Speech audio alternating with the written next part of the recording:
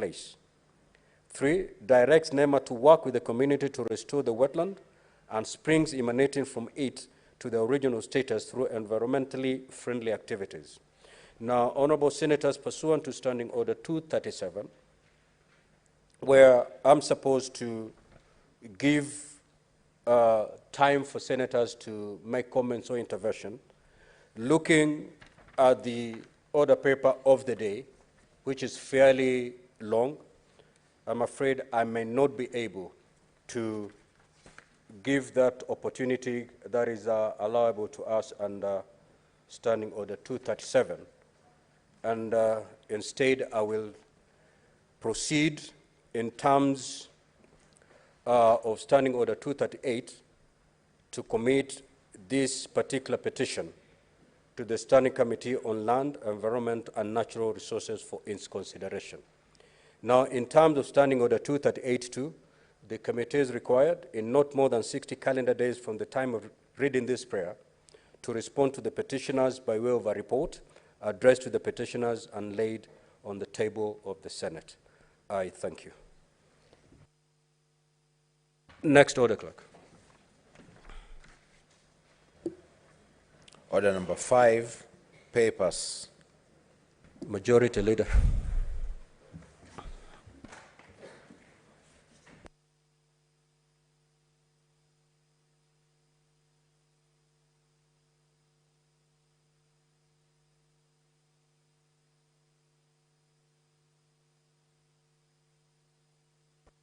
Mr. Speaker, sir, I beg to lay the following papers on the table of the Senate today, Tuesday, the 13th of June, 2023. 1. Report of the Auditor General on the financial statements of the Bomet Municipality for the year ended 30th June, 2022. 2. Report of the Auditor General on the financial statements of Kiambu Water and Sewerage Services Company Limited for the year ended 30th June, 2022. And 3. Report of the Auditor General on the financial statements of the Githunguri Water and Sanitation Company Limited for the year ended 30th June 2023. Mr. Speaker, I beg to lay. The Chairperson, Standing Committee on Agriculture, Livestock and Fisheries.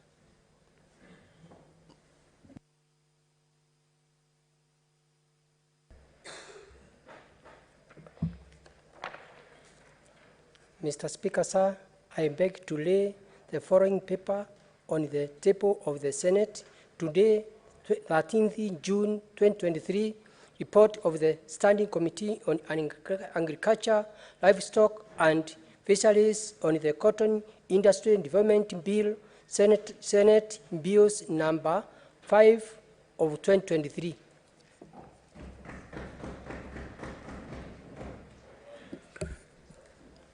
Next order, clerk. Order number 6, notices of motion. Order number 7, questions and statements. Statement pursuant to Standing Order 53-1. The Honorable Kathuri Murungi. That statement is dropped. The Honorable Professor Tom Ojenda. That statement is dropped. Professor, with that size, I absolutely have no excuse not to see you. Proceed.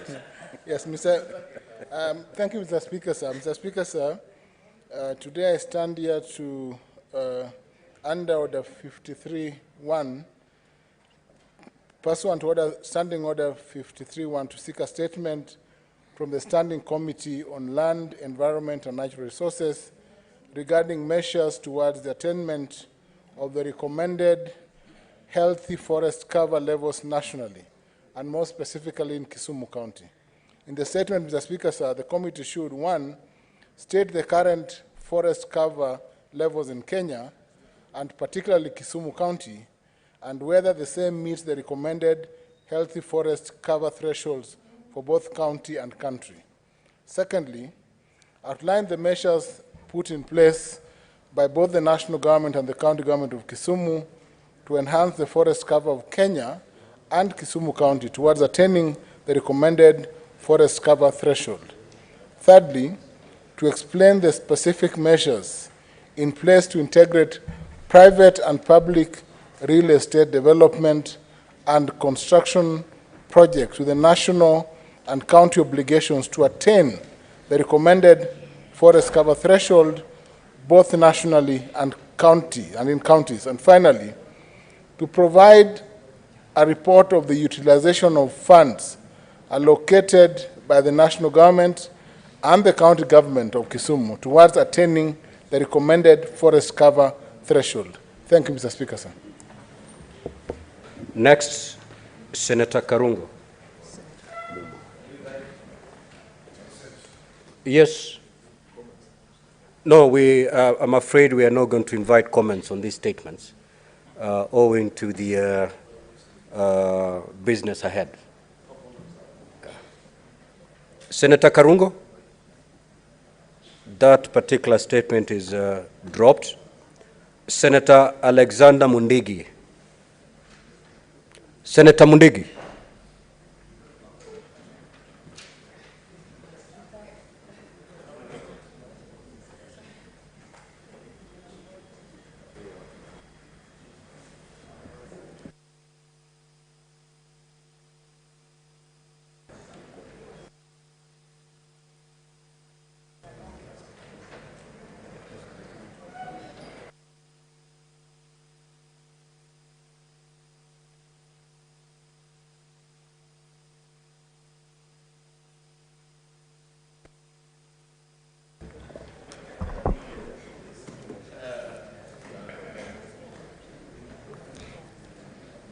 Mr. Speaker, sir, I rise person to Standing Order 53.1 to check a statement from the Standing Committee on Trade, Industrialization and Tourism on safeguarding the properties of coffee farmers, cooperative societies in Embu County from potential irregular disposal. In the statement, the committee should 1. Explain what the ministry is doing to safeguard properties, including land of coffee farmers, cooperative societies in Embu County from possible irregular disposal, particularly those of the Kagari South Coffee Farmers Cooperative Society. 2.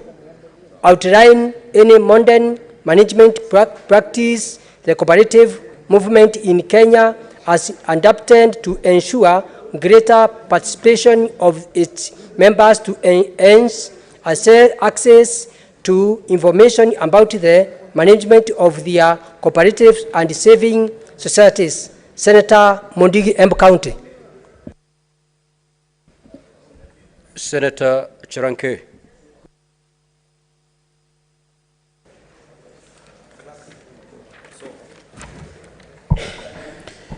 Mr. Speaker, sir, thank you, Mr. Speaker, sir. Request for statement on the review of salaries, benefits, and allowances for judges and magistrates in Kenya.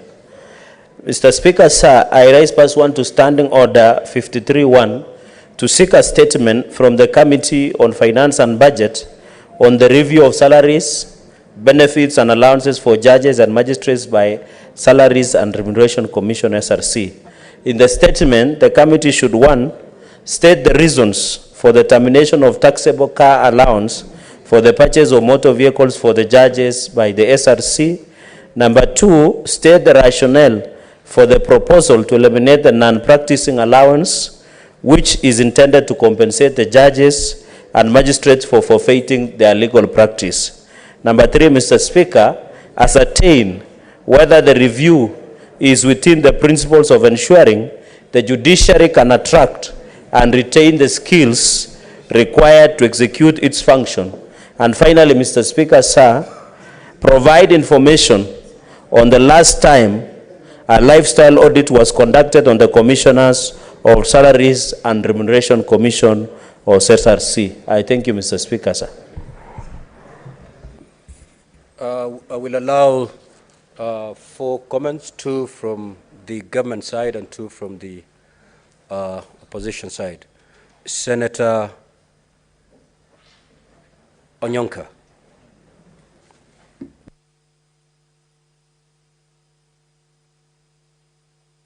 Mr. Speaker, I would like to say that I appreciate the issue that my brother and leader from the other side has raised in this House. The only thing I would like to make a request on, Mr. Speaker, is as you're rationalizing the amount of money that members of the judiciary are going to be given for having lost time in practicing in their offices and managing their other affair, which may not be at the High Court or the Supreme Court. I would want the committee to also rationalize the issue of the salaries of the doctors who do not practice in their clinics but are working for our county governments, and they are all complaining and saying how they are not able to meet their everyday needs. And finally, Mr. Speaker, I also would want the committee, as you're looking at the issue of the doctors and the nurses, we also look at the issues of how our members of the County Assembly, and I want to thank Honorable Chirarge for having brought that issue here, because it ain't well when you find that half of the members of the County Assembly have actually adjourned their assembly sine die to go and just wait out. The reality means it is going to look bad on the Senate, it is going to look bad on the government of the day, and it's going to look bad on everybody if we don't rationalize the salaries of Kenyans from top to bottom. Mr. Speaker, if it means you want to cut half the salaries of the presidency, half the salaries of the Senate, half the salaries of members of parliament, so be it. I think it's high time we began to tell each other the truth. Thank you, Mr. Speaker. Senator Okanyuri.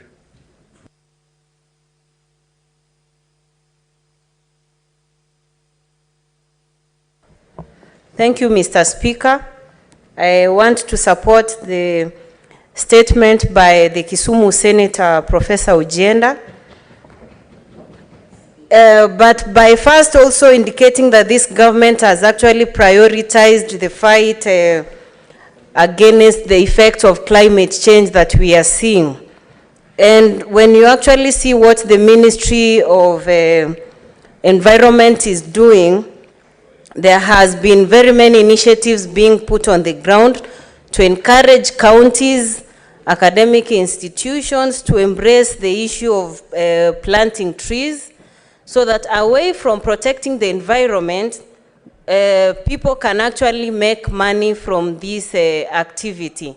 So in as much as I support him raising this concern from his county, because I know it concerns very many other people, the young people from Kisumu would want to participate in some of these initiatives the government of Kenya Kwanza has put in place. I would urge that the members of this House also take a personal responsibility, as the President had called and requested, that we start championing this from the various areas we hail from, so that it's a national responsibility and not a government responsibility as government only. Mr. Speaker, why I'm saying this, we generally have a culture of people who think all their problems start and end with government. In countries like India, children as young as 9 years start planting seedlings from school and take that back home. If we embrace that in Kenya, it's actually going to engage most of the young people in productive activities, so that we shun away from the drug abuse we are talking about. We shun away from people committing suicide, because they have better things to do. And for the honorable members in this House, they can start making money from the carbon credits we are talking about. So, Professor Ujenda, I support your statement, but I want to raise, also remind you that this government has put so many measures to support the effects that we are suffering as a result of climate change. Thank you, Mr. Speaker.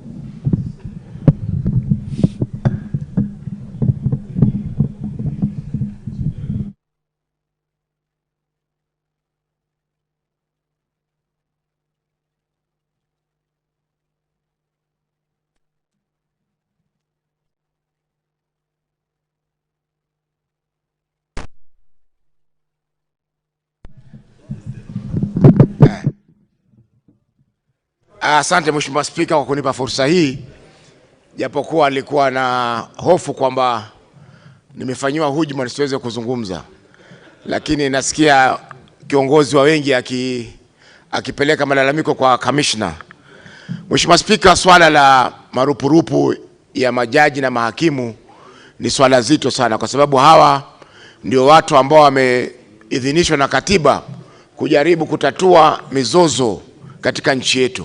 Kwa hiyo Mheshimiwa Spika, ikiwa hawatalipwa malipo ya kisawasawa pamoja na marupurupu ambao wanatakana kupata, Mheshimiwa Spika, hali yetu ya kuamua haki itatatizika.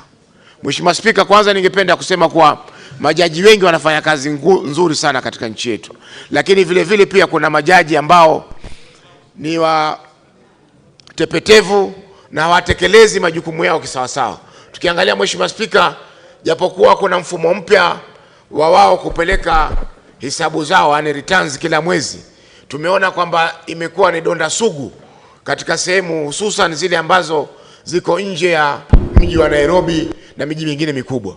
Mheshimiwa Spika, tukiangalia pia tumeona japokuwa mahakama ilikwenda kwa serikali wakati Kenya Kwanza ilipochukua mamlaka, wameweza kupelekwa pia katika mzunguko ambao haueleweki.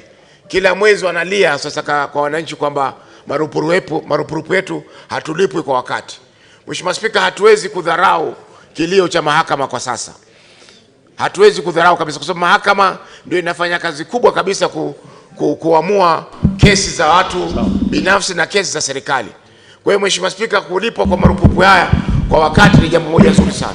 Mheshimiwa Spika, tutaona pia katika sehemu zingine huduma za mahakama zinadorora. Kwa mfano nikizungumzia Mombasa, kumejengwa jengo jipya pale ambao wanaita Justice Towers, lakini tukiangalia Mheshimiwa Spika, tukiangalia jengo lile limejengwa kwa hali ambayo si ya kuridhisha. Majuzi wiki iliyokwisha tuliona baadhi ya dari zinaanguka, hivyo kuhatarisha maisha ya mahakimu na maafisa wengine ambao wanafanya katika mahakama zile. Kwa hiyo Mheshimiwa Spika, tungependa serikali iweze kuangalia kwa makini masuala ya majaji na mahakama zetu, kwa sababu ile ndiyo njia pekee ya kisasa na pia ya kistaarabu ya kuweza kutatua matatizo baina ya wananchi na serikali au baina ya wananchi kwa wananchi. Asante Mheshimiwa Spika kwa kunipa fursa hii. Senator Cheriot.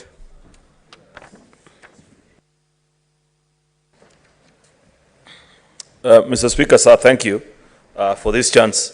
Mr. Speaker, I want to join the rest of my colleagues who are commenting on this statement by our colleague Senator Cherargei on SRC specifically.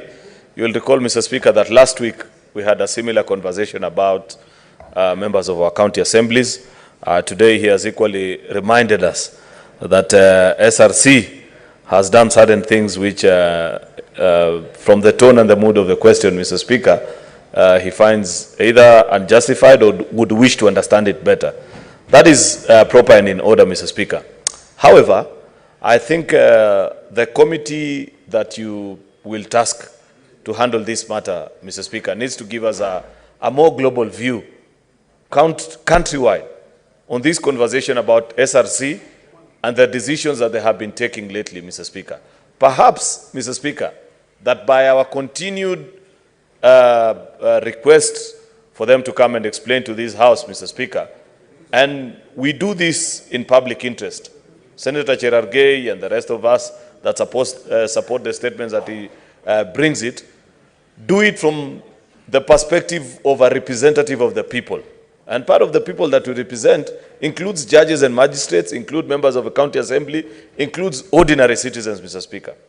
Be that as it may, Mr. Speaker, you know also that SRC is a constitutional commission that works independently, but also looks at all matters that have been presented before it with a view of what is in the best interest of the country. A good starting point, Mr. Speaker, is for them to give the rationalization, actually, Mr. Speaker, of, number one, why they have taken these decisions with regards to one, MCAs, as was the case last week, and today with regards to members of the judiciary, Mr. Speaker. Having presented to this House the justification, Mr. Speaker, it will be in order, again, for them to justify now before us and say whether their decisions actually are in good faith and whether they violate any principles of fairness and equity in remuneration of public officers, Mr. Speaker, because we know SRC deals with the matter of remuneration for all public servants. Anybody that earns from the public kitty, Mr. Speaker, is under the purview and the control of SRC, Mr. Speaker. One of the decisions that needs to come out of this exercise, once we are done, Mr. Speaker, and I hope the members of the Labour Committee, if I'm not mistaken, that this you shall direct to the Labour Committee, Mr. Speaker, is for them to explain to us what is this disparity that we hear between people who earn differently in the public sector, Mr. Speaker. We hear there are public servants who earn exceptionally well and those that earn really, really poorly, Mr. Speaker. And what is the plan and their justification for each of these cadres, Mr. Speaker? Secondly, Mr. Speaker, it will also be equally important for us and for this House, on behalf of the people of Kenya, to be satisfied that this exercise that SRC is undertaking, number one, will not undermine the principles of good governance. Number two, the principle of attracting the best of talent to public service, Mr. Speaker. Because if we are not careful, Mr. Speaker, and we continue to imagine that because we find ourselves in a difficult fiscal position as a country, that the only solution is actually reducing on the earnings, Mr. Speaker, of those that are in offices, then people will move to the private sector or even change careers. Mr. Speaker, you know that brain drain is an alive situation in our country. Some of our best professors, some of our best doctors are switching careers from the public service because of such decisions. I would rather, Mr. Speaker, that instead actually of continuously reducing on the earnings of public servants, there's a limitation on the number each institution can take. Mr. Speaker, there are institutions that are powerful. Parliament is one such institution. And I say this with a fact, having served as chair for staff welfare for 5 years, Mr. Speaker, that I know that us as an institution are one of the institutions that perhaps need to be brought under control. Same can be said for judiciary. And the worst offender of this principle, of course, Mr. Speaker, is is the executive, Mr. Speaker. Because as we speak today, you cannot pinpoint and state the exact number of Kenyans actually that earn from the public kitty. Number two, of those public servants, Mr. Speaker, what plan does SRC have? And this is my final point because I don't intend to be long at this, Mr. Speaker, because it's a question which I believe Labour Committee or the committee with which you'll charge to handle this matter, Mr. Speaker, needs to report back to us. What is the eventual decision on the huge way bill that we continue to incur as a country? Is it just a matter of continuous reduction of salaries, or do they foresee a strategy where they can cap employment, just like they've done for county assemblies? This practice of SRC, Mr. Speaker, of capping only those institutions that perhaps don't have a recourse or don't have a platform such as Parliament and leaving others that they fear, Mr. Speaker, must come to a stop. What is the justification of telling county assemblies you can't employ beyond 80, beyond 100, and leaving, say, for example, parliament without an upper ceiling? Leaving the executive and the various institutions, the various sagas and parastatals without guiding them on the exact number of people that they can employ, Mr. Speaker. If they want to regulate, let them regulate, but the principle of equity and fairness must not only be done, Mr. Speaker, but must equally be seen to be done. I thank you, Mr. Speaker, for this chance. Next order, clerk.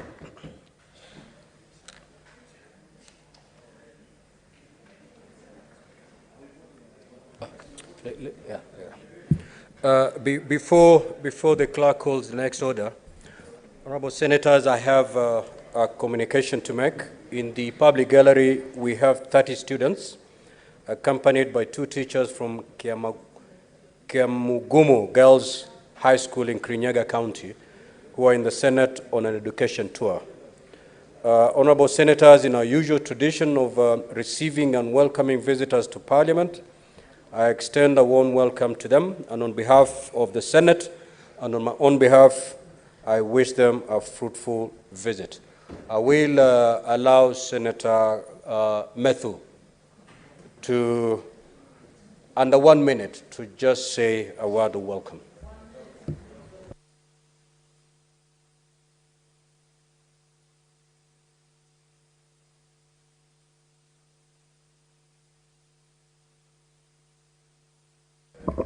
Thank you very much, Mr. Speaker. Thank you for allowing me to welcome the students from Kirinyaga. Kirinyaga is county number 019, Nyandarua is county number 018. So they are very good neighbors. I want to welcome them on behalf of their senator, the senator for Kirinyaga, Honorable Kamau Murango, and wish them a fruitful visit as they are here for the academic learning. I would want to encourage them in under 1 minute that the sky is the limit. They can go all the way up. We have very good ladies of substance in this house, and it then tells them that women can go and can have broken the glass ceiling. They can become whatever they intend to become, so long as they put a lot of effort in school, and they will be able to excel.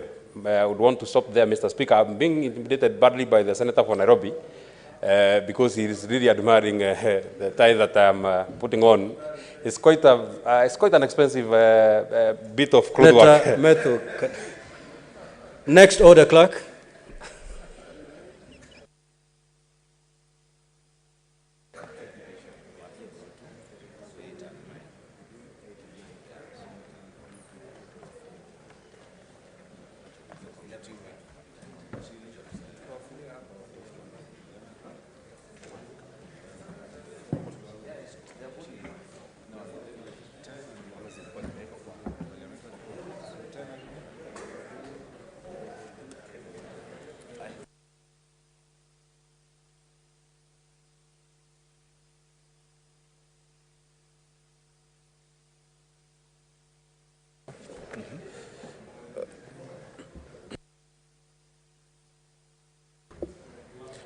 Order number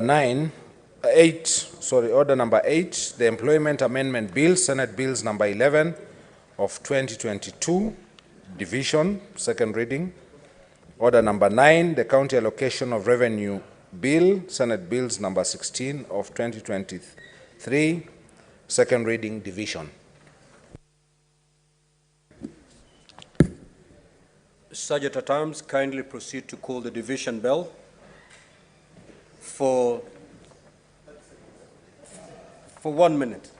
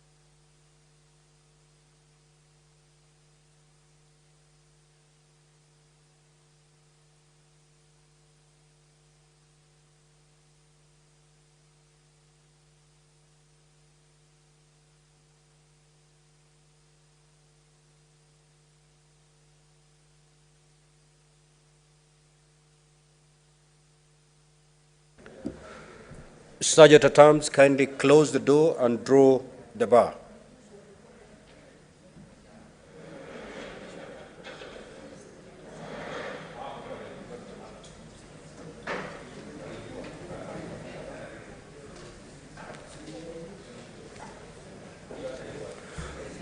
Senator Eddy, and Senator of Laikipia, Senator Commissioner. Honorable Senators are now to put the question.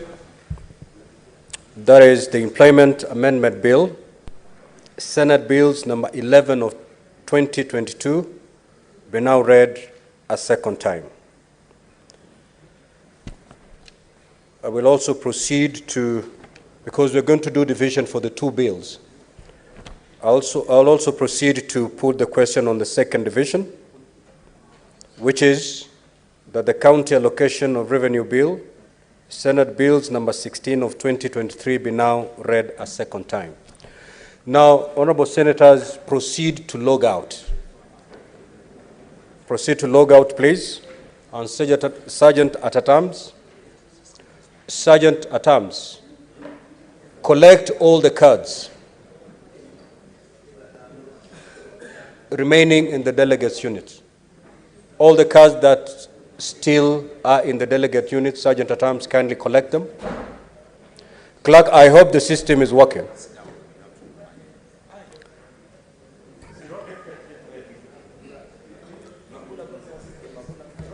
Now, Honorable Senators, I'm informed, painfully so, that the electronic system is not working, and therefore we will proceed to vote manually.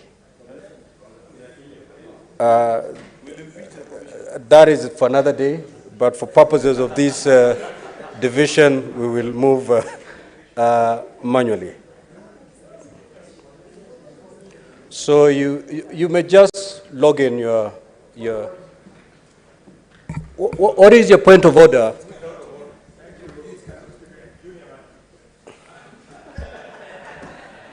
Senator Boni, I will allow you to make an intervention, not necessarily a point of order, because at this juncture you may not rise on a point of order.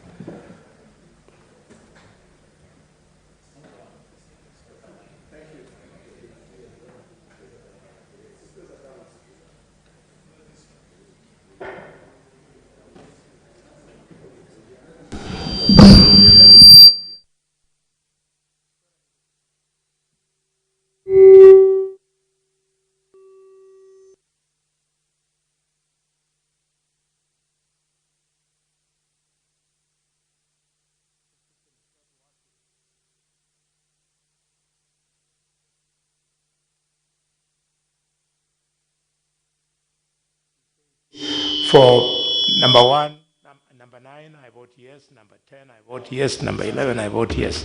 It'll be faster, Mr. Speaker. Thank you. Wisdom of an elder. So, Honorable Senators will proceed to vote manually, and in this case, then the clerk will proceed to read out your names in alphabetical order. And before we proceed, we wish to have two tenors, one for the nays and one for the yes. Can we have two senators? Or should I nominate? Senator Muma for the Senator Muma for the yes, aye, and Senator Miraj for the nays. Kindly proceed to the table. Clerk, now proceed to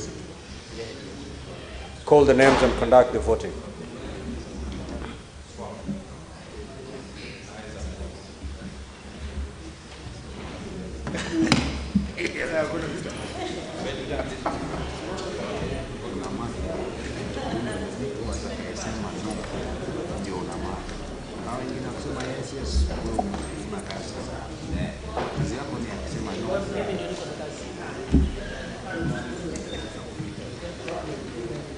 So as agreed, when your name is called upon, you vote for the two bills. So you say number 8, I vote this, and number 9, you proceed to vote, to save on time.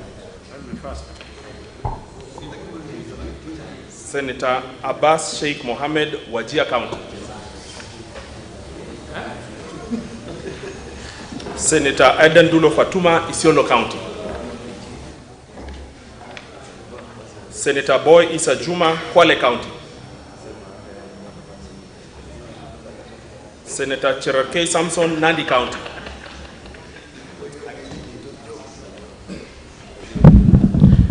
Mr. Speaker, on behalf of the people of Nandi, I vote yes for the 4.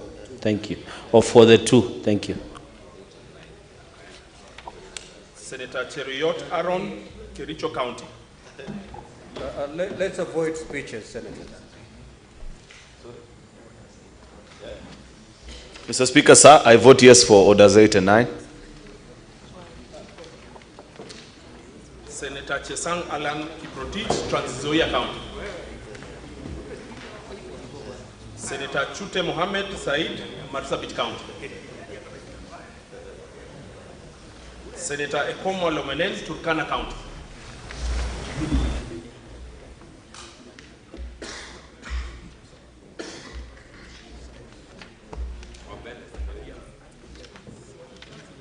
I vote yes for 8, and I vote yes for 9.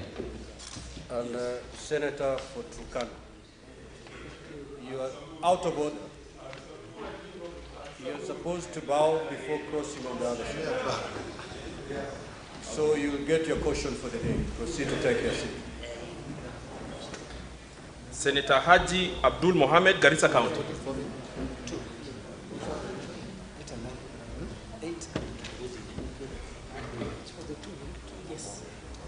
Mr. Speaker, I vote yes for the 2. Senator Kajwang Moses Otieno, Homa Bay County.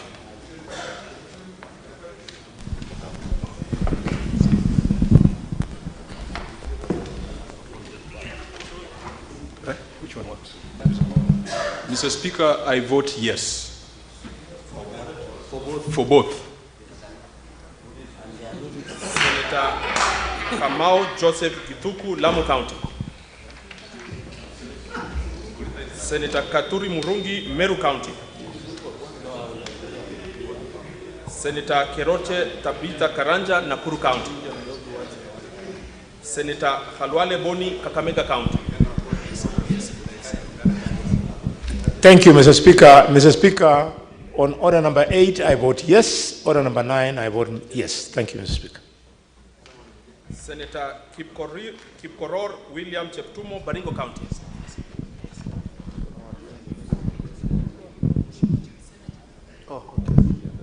Mr. Speaker, I vote yes for 8 and yes for 9.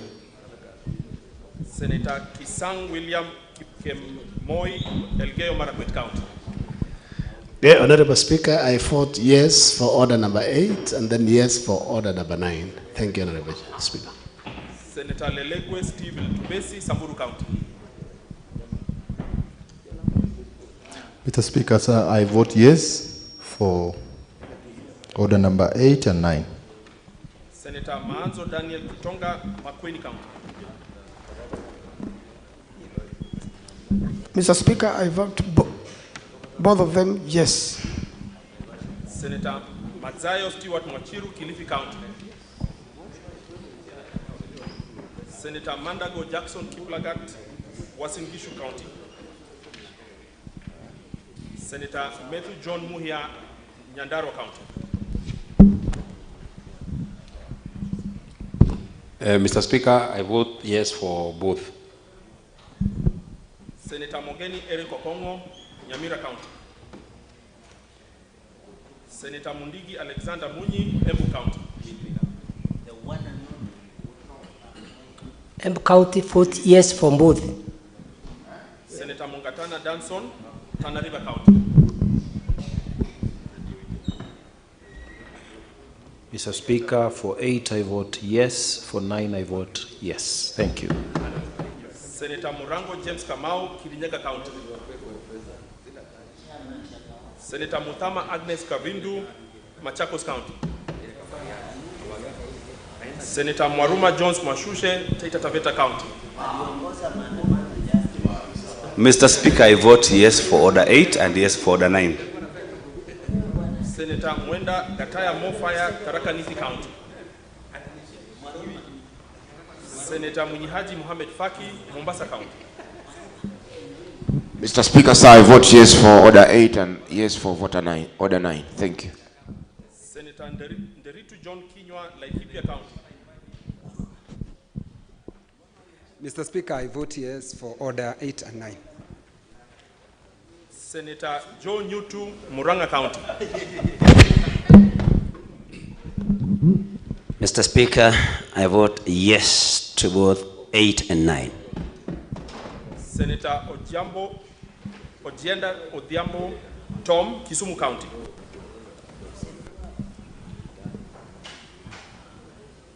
Senator Oginga Oburu, Siaya County.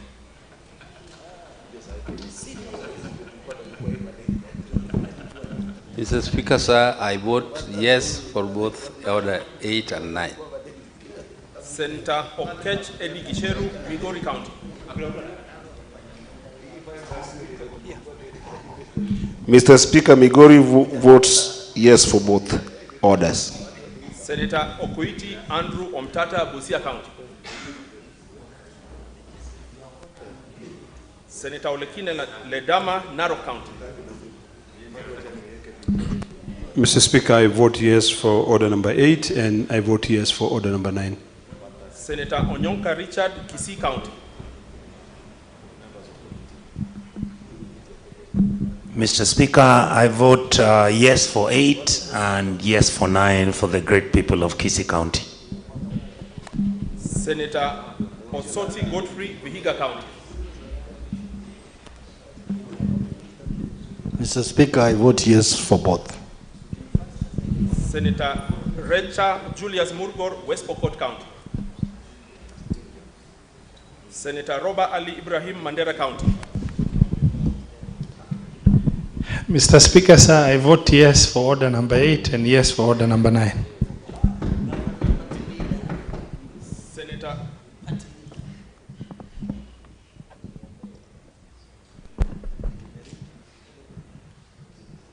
Senator Seki Lenko Olekanar, Kajiado County. I vote yes for both orders. Thank you. Senator Sifuna Edwin Motenya, Nairobi County.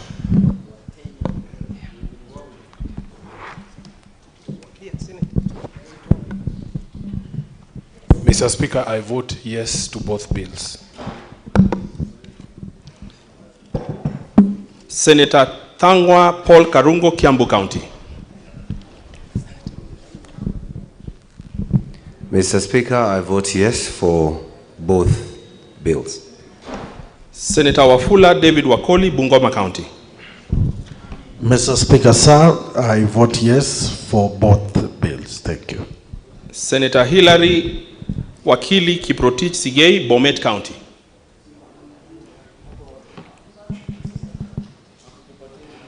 Senator Wamatinga Wahome, Nyeri County. Senator Wambua Enokiio, Kitui County.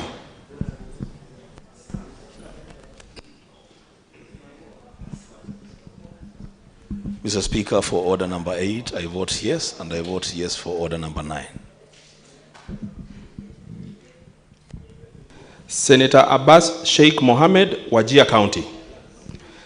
Senator Aidan Dulod Fatuma, Isiolo County. Senator Boy Isa Juma, Kwale County. Senator Chesang Alan Kiprotich, Trans Nzoia County. Senator Chute Mohammed Said, Marsabit County. Senator Kamau Joseph Githuku, Lamu County. Senator Katuri Murungi, Meru County. Senator Keroche Tabitha Karanja, Nakuru County. Senator Madzayo Stewart Mwachiru, Kilifi County. Senator Mandago Jackson Kiplagat, Uasin Gishu County. Senator Mogeni Eric Okongo, Nyamira County. Senator Murango James Kamau, Kirinyaga County. Senator Muthama Agnes Kavindu, Machakos County. Senator Mwenda Gataya Mofaya, Tharaka Nithi County. Senator Ojenda Odhiambo Tom, Kisumu County. Senator Okuiti Andrew Omtata, Busia County. Senator Recha Julius Murgor, West Pokot County. Senator Wakili Hilary Sigei, Bomet County. Senator Wamatinga Wahome, Nyeri County.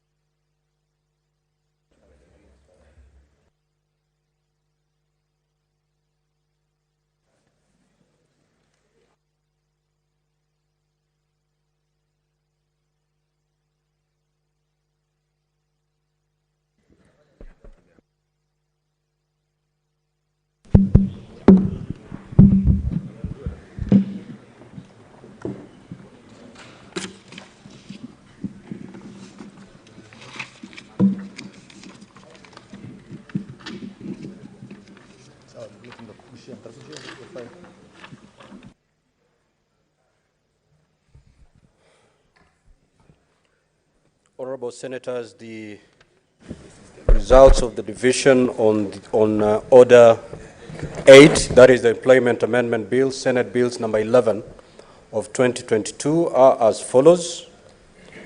Ayes at 28, noes at 0, abstentions at 0. So the ayes have it. A bill for an act of parliament to amend the Employment Act to provide for the right to disconnect, the right of employees to have their personal time and privacy respected, and for connected purposes. The results, the division results on the county allocation of revenue bills, bills number 16 of 2023 are as follows. The ayes at 28, noes at 0, abstentions at 0. So the ayes have it. A bill for an act of parliament to provide for the equitable allocation of revenue raised nationally among the county governments for the 2023-2024 financial year, the responsibilities of national and county governments pursuant to such allocation, and for connected purposes. Now, honorable members, as I ask the Sergeant-at-Arms to open the door and withdraw the bar, you will notice from the order paper that the following two orders actually will be prosecuted during the committee of the whole. So please do not leave the chamber so that we also dispense with these two orders, that is 10 and 11. Sergeant-at-Arms, proceed to open the door and withdraw the bar.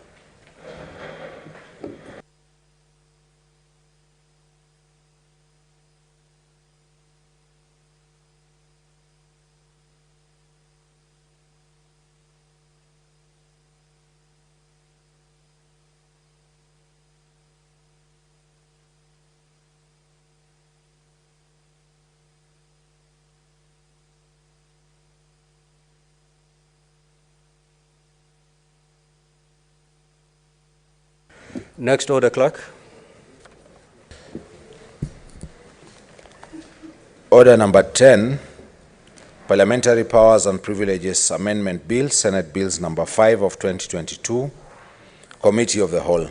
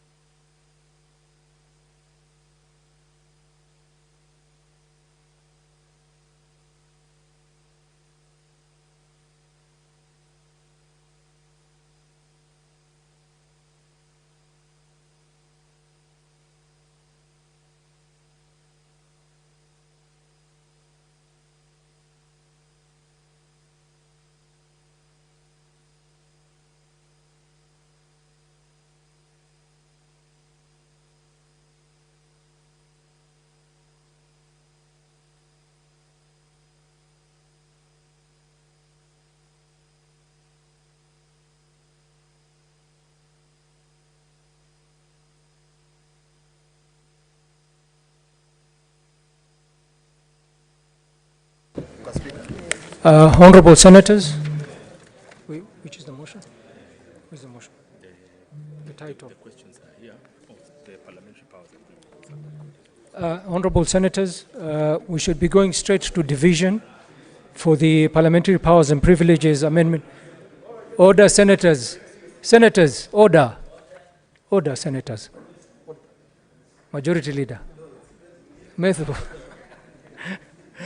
Order. Honorable Senators, we should be going through to, straight to division for the Parliamentary Powers and Privileges Amendment Bill, Senate Bills number 5 of 2022. So I would request Senators to remain seated so that we can go ahead and vote on this motion. Should I say next one? Yes. No. Are we closing the bar? Yes. Yes. Let's ring the bell for... Sergeant at Arms, can we ring the bell? For 5 minutes. Sergeant at Arms, can we ring the bell for 3 minutes? Just to ascertain that we have... 5 minutes is...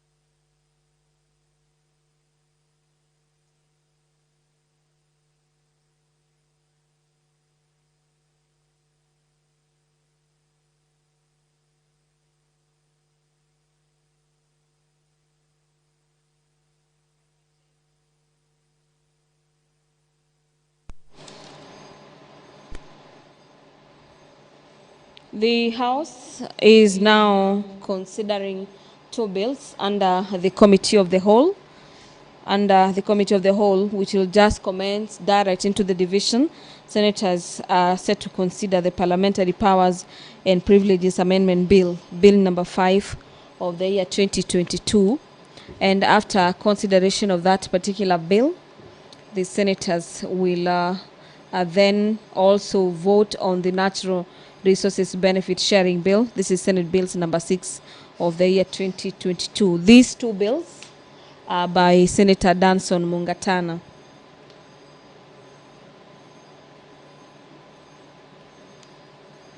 In the Parliamentary Powers and Privileges Amendment Bill, the bill in Clause 2 seeks to have the bill amended by inserting the word Parliamentary Powers and Privileges Amendment Act, therein after referred to as at the beginning of the introductory clause.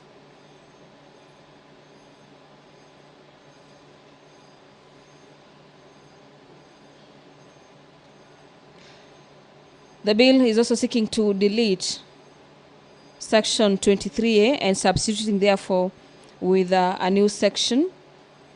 And in this part, the responsible officer is supposed to mean the Cabinet Secretary, a county governor, or the chairperson of a commission established under the Constitution. Other persons to be specified under Clause 23 in the Powers and Privileges Amendment Bill is the Auditor General, the Control of Budget, the Chairperson, and the Accounting Officer of a corporate body, as well as the public officers to whom a resolution or a report of the House or a committee of Parliament is submitted to in accordance with the Act.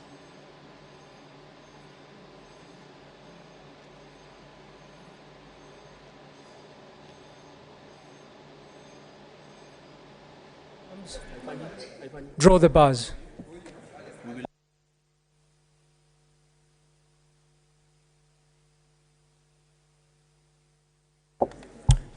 Senators, honorable senators, we seem to still have a problem with the electronic system of voting. We shall therefore go back to manual voting, roll call. And we seem to have there are 3 questions in the committee. We seem to have 3 questions in the committee. Should we combine the 3 and vote once? Yes. Okay. So that's how we shall do it. Can we get the tellers for the ayes and nays? Whips.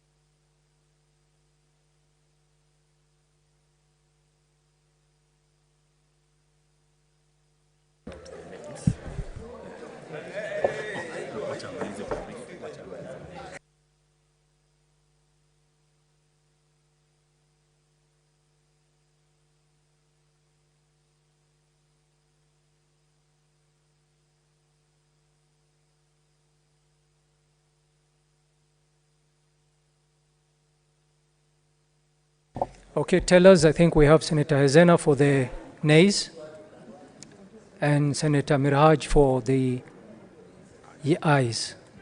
Okay. Senators, we can proceed. I put the question that new clause, senators, Charargay, order please. I put the question that new clause 3A be now read a second time. I put the question that clause 2 and 4 be amended as proposed. I put the question that clause 2 as amended, clause 3, clause 4 as amended, new clause 3A, the title, and clause 1 be part of the bill. We shall proceed to vote for all 3. Senators to call out all 3 when called at the roll call. Clerk. Senator Abbas Sheikh Mohammed, Wajir County.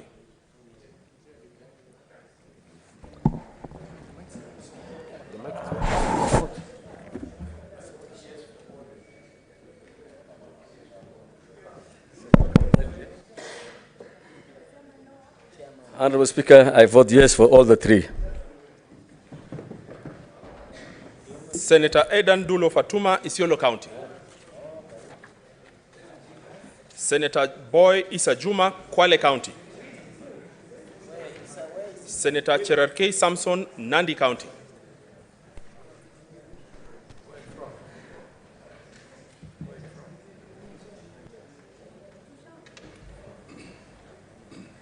Mr. Speaker, I vote yes for the 3. Senator Cheruyot Aaron, Kericho County.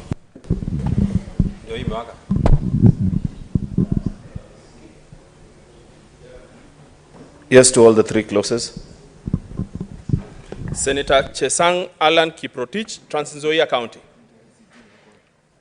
Senator Chute Mohammed Said, Marsabit County.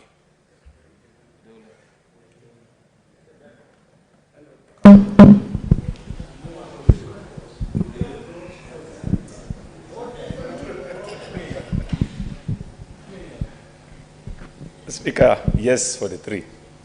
Senator Okomwa James Lomenen, Turkana County.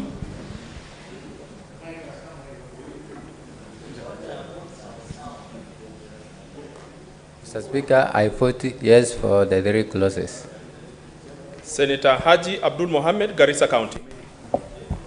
I vote yes for all the 3. Senator Kajwang Moses Otieno, Homa Bay County.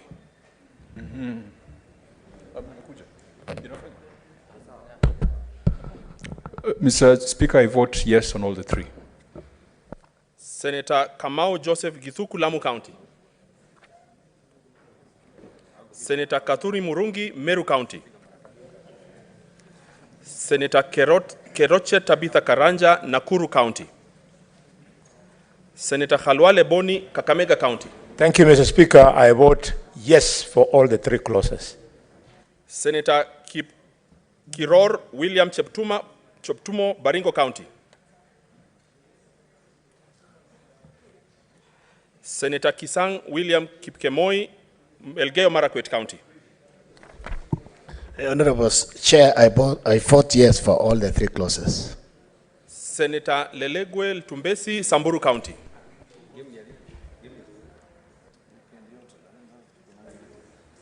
Mr. Speaker, I vote yes for the three clauses. Senator Maanzo Daniel Kitonga, Makwiny County.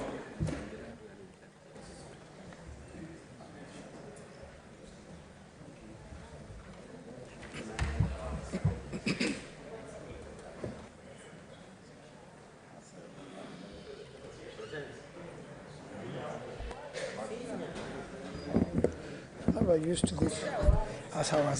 I vote yes for the three questions. Senator Madzayo Stewart Machiru, Kilifi County. Senator Mandago Japson Kiplagat, Uasin Gishu County. Senator Matthew John Muhia, Nyandaro County. Mr. Chairman, I vote yes for the three. Mr. Speaker, I vote yes for the three. Senator Mogeni Eric Okongo, Nyamira County. Senator Mundigi Alexander Munyi, Embu County.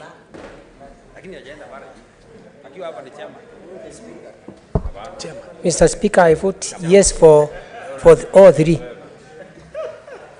Senator Mungatana Danson Buya, Tana River County. Mr. Speaker, I vote yes for the three. Senator Murango James Kamau, Kirinyaga County. Senator Muthama Agnes Kavindu, Machakos County. Senator Mwaruma Jones Mwashushe, Taita Taveta County. Yeah, Mr. Chair, I vote yes for the three. Senator Mwenda Gataya Mofaya, Tharaka Nithi County. Senator Munyihaji Mohamed Faki, Mombasa County. Chair, I vote yes for the three bills.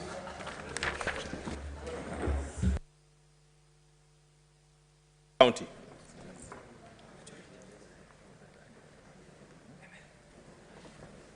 Chairman, I vote yes for the three clauses. Senator John Nyutu, Murang'a County. Chair, I vote yes for the three. Senator Ojienda Odhiambo Tom, Kisumu County. Senator Oginga Oburu, Siaya County. Mr. Chairman, I vote yes for all the three clauses. Senator Okech Eddie Gicheru, Migori County. Chair, Chair Migori votes yes. Senator For all the three. Senator Okoiti Andrew Omtata, Busia County.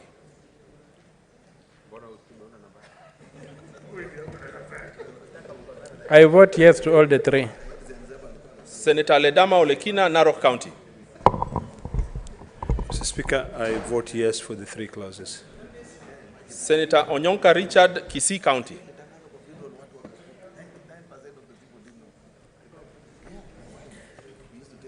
Ndugu mwenyekiti, ningependa kukubaliana kuwa nakubaliana na vipengee vyote vitatu. Shukran. Asante mwenyekiti. Senator Osoti Godfrey Atieno, Vihiga County. Mr. Chair, I vote yes in three cases.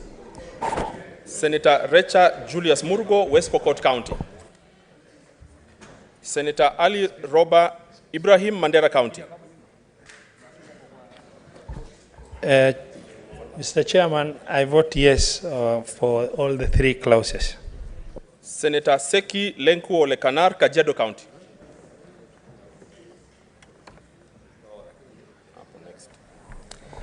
Chair, I vote yes for the three clauses. Thank you. Senator Sifuna Edwin Watenya, Nairobi County. Mr. Chairman, I vote yes for the 3 clauses. Senator Thangwa Paul Karungo, Kiambu County. I vote yes for the 3 clauses. Senator Wafula David Wakoli, Bungoma County.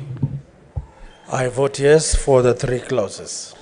Senator Wakili Hillary Kiprotich Sigei, Bomet County.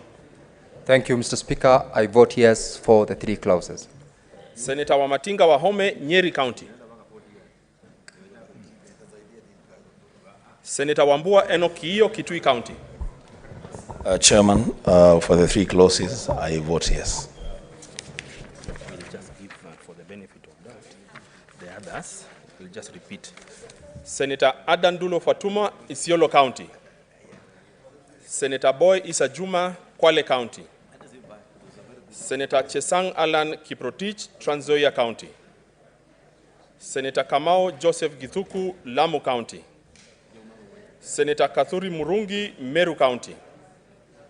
Senator Keroche Tabitha Karanja, Nakuru County. Senator Kipkoror William Cheptumo, Baringo County. Senator Mazayo Stewart Mwachiru, Kilifi County. Senator Mandago Jackson Kiplagat, Uasin Gishu County. Senator Mogeni Eric Okongo, Nyamira County. Senator Murango James Kamau, Kirinyaga County. Senator Muthama Agnes Kavindu, Machakos County. Senator Mwenda Gataya Mofaya, Tharaka Nithi County. Senator Ojienda Odhiambo Tom, Kisumu County. Senator Recha Julius Murgor, West Pokot County. Senator Wamatinga Wahome, Nyeri County.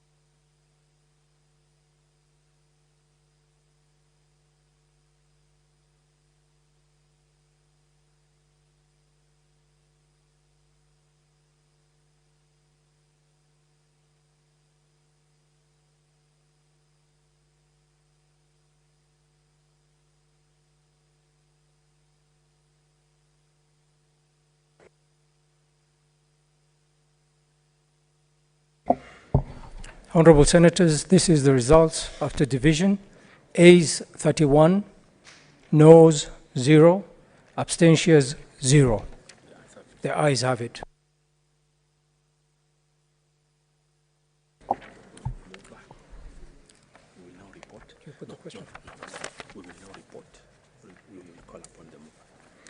I call upon the mover.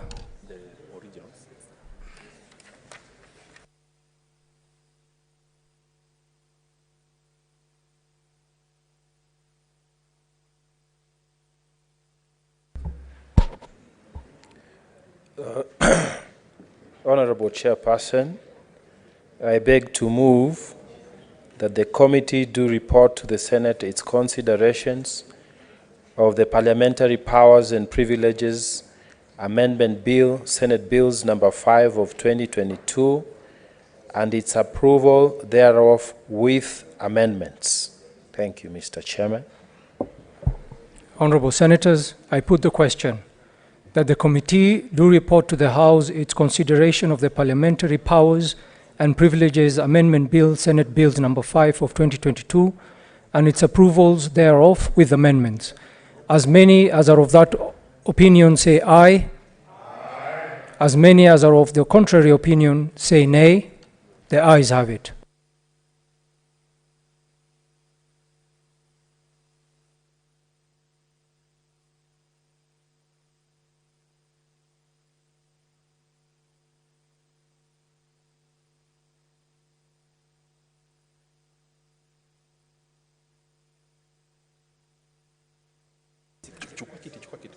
Honorable Senators, Mr. Speaker,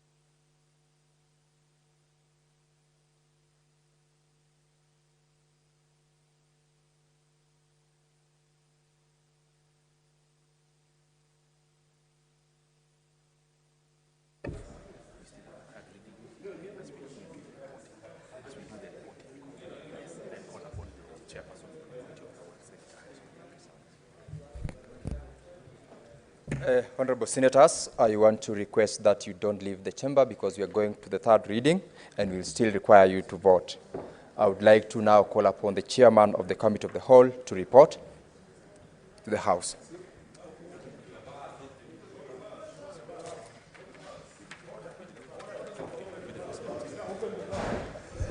I call upon the Sergeant at Arms to withdraw the bar and open the chamber.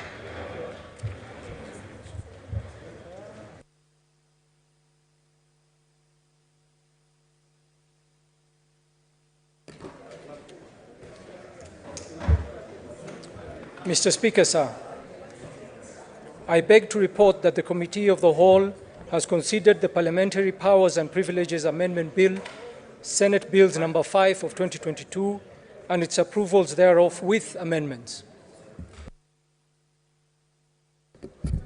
The mover, Honorable Senator Mugatana.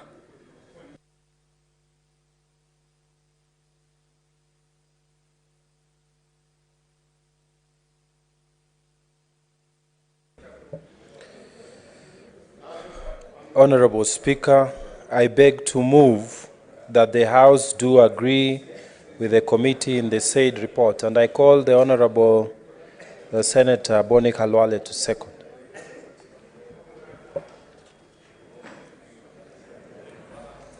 Honorable Speaker, I second the motion as moved by the mover. Honorable Senators, I now wish to propose the adoption of the report, and I propose the question that the House do agree with the committee in the said report. Honorable Senators, I now put the question that the House do agree with the committee in the said report. And as many as of that opinion say aye. Aye. As many as of a contrary opinion say nay. The ayes have it. I now call upon the mover as well, Senator Mugatana. Thank you, Mr. Speaker. Mr. Speaker, I beg to move that the Parliamentary Powers and Privileges Amendment Bill, Senate Bills number 5 of 2022, be now read a third time, and I call upon the Honorable Boni Khalwale to second that motion. Thank you, Mr. Speaker. Honorable Speaker, sir, I second the motion as moved by the mover. Thank you, Mr. Speaker. Honorable Senators, I propose the question that the Parliamentary Powers and Privileges Amendment Bill, Senate Bills number 5 of 2022, be now read a third time. And I put the question that the Parliamentary Powers and Privileges Amendment Bill, Senate Bills number 5 of 2022, be now read a third time. Division.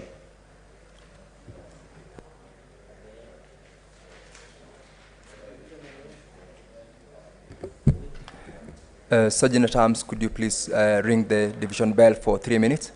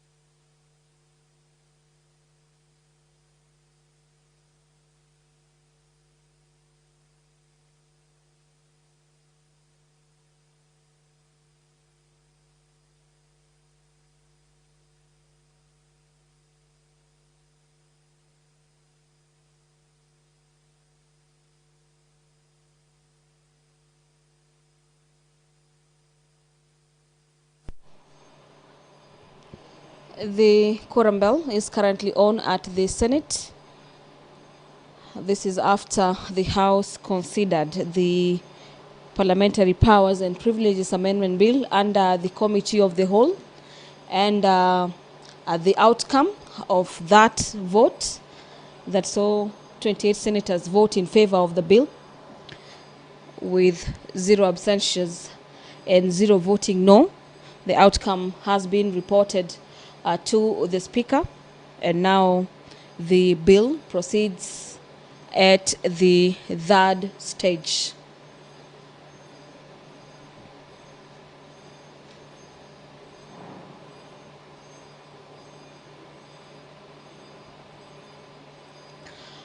Under the Committee of the Whole, the House has also considered the Natural Resources Benefit Sharing Bill, Senate Bills number 6 of the year 2022. Wakili Hilary Sigei, currently presiding over the business of the Senate this afternoon, is addressing the chambers. Let's now listen into the developments coming from the Senate this afternoon. Honorable members, we are now going to proceed for the roll call voting, and I would like the clerks for the nays and ayes to approach the table.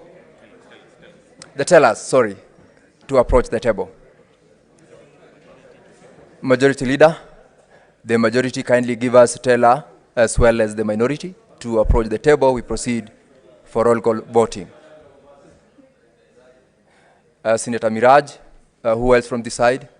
Senator Lemaletian, could you approach the table as a teller?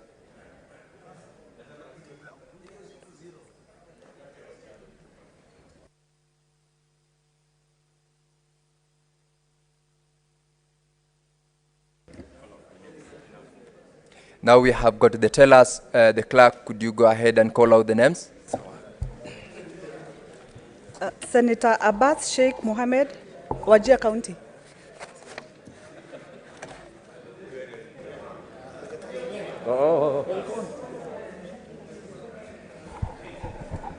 Honorable Speaker, I vote yes. Senator Adan Dulo Fatuma, Isiolo County. Senator Boy Isa Juma, Kwale County. You are voting for how many? I vote up next. Next to Mihaji.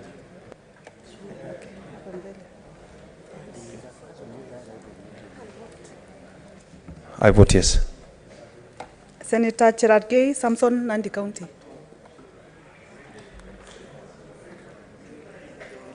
Hi, how are you? Mr. Speaker, I vote yes. Senator Cheriot Aaron Kirui, Kericho County. I vote yes.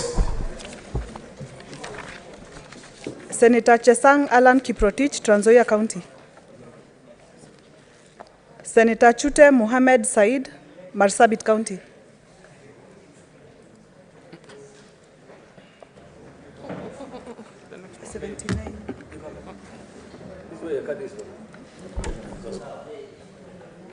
Honorable Chair. Honorable Speaker, I vote yes. Senator Ekomwa James Lomenen, Turkana County.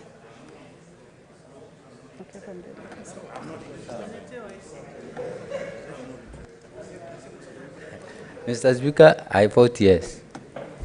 Senator Haji Abdul Mohamed, Garissa County. Mr. Speaker, I vote yes. Senator Kajwang Moses Otieno, Homa Bay County. Mr. Speaker, I vote yes. Senator Kamau Joseph Githuku, Lamu County. Senator Kadhuri Murungi, Meru County. Senator Keroche Tabitha Karanja, Nakuru County. Senator Boni Halwale, Kakamega County.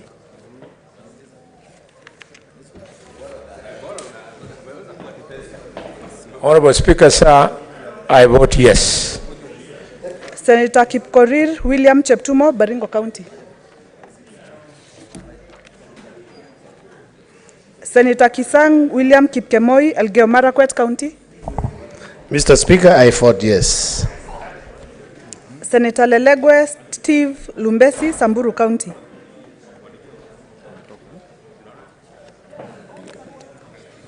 Senator Manzo Daniel Kitonga, Makwiny County. I vote yes. Senator Madzayo Stewart Mochiru, Kilifi County. Senator Mandago Jackson Kiplangat, Uasin Gishu County. Senator Methu John Muhia, Nyandarua County.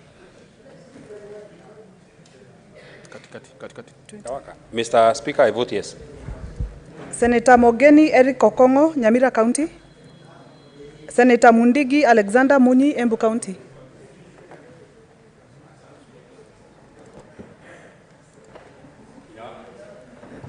Mr. Speaker, sir, I vote yes. Senator Mungatana Danson Buya, Tana River County. Mr. Speaker, I vote yes. Senator Murango James Kamau, Kirinyaga County. Senator Mudhama Agnes Kavindu, Machakos County. Senator Maruma Jones Mwashushe, Taita Taveta County.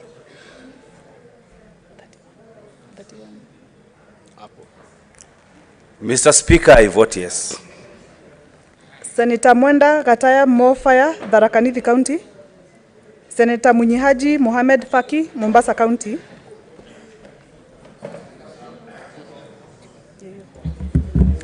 Mr. Speaker, sir, I vote yes. Senator Nderito John Kinywa, Laikipia County. Senator Ngugi Joseph Nyutu, Murang'a County.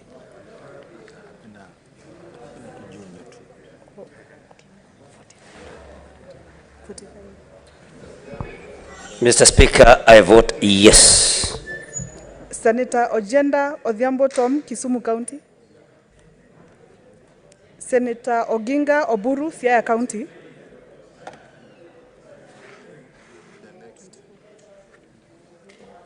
Mr. Speaker, sir, I vote yes. Senator Okech Eddie Gisheru, Migori County. Senator Okoiti Andrew Omtata, Busia County.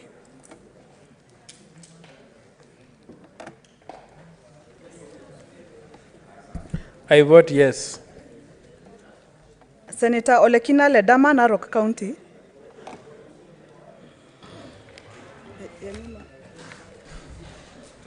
Mr. Speaker, I vote yes.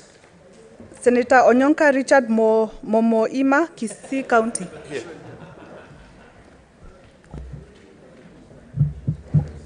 Hello. Ndugu Spika, ningependa kukubaliana na vile vipengee vitatu ambazo unapigwa kura hapa. Jibu ni ndio. Ni moja, asante. Kwa hiyo moja, asante sana. Lazima tuhakikishe hizo mashine zimefanya kazi, shida ndio hiyo. Senator Osotsi Godfrey Atieno, Vihiga County.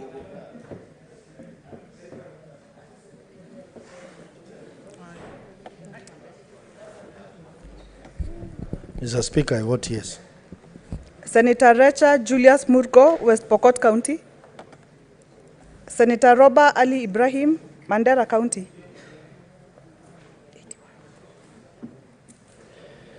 Mr. Speaker, I vote yes. Senator Seki Lenku Olekanar, Kajiado County. Honorable Speaker, I vote yes. Senator Sifuna Edwin Watenya, Nairobi County.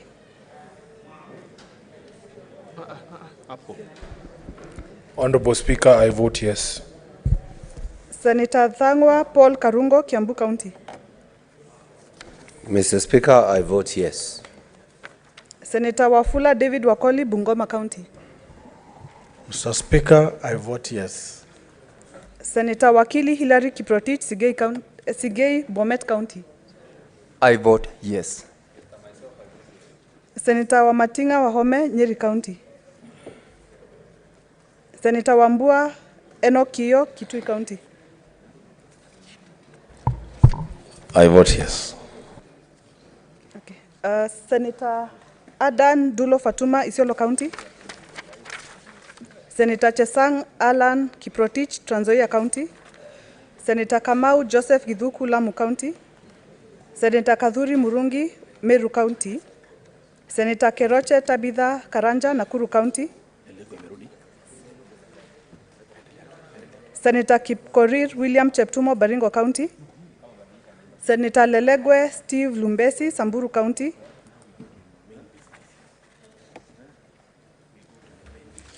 Mr. Speaker, sir, I vote yes. Senator Madzia Stewart Mwachiru, Kilifi County. Senator Mandago Jackson Kiplangat, Uasin Gishu County. Senator Mogeni Eric Okongo, Nyamira County. Senator Murango James Kamau, Kirinyaga County. Senator Mudhama Agnes Kavindu, Machakos County. Senator Mwenda Gataya Mofaya, Tharaka Nithi County.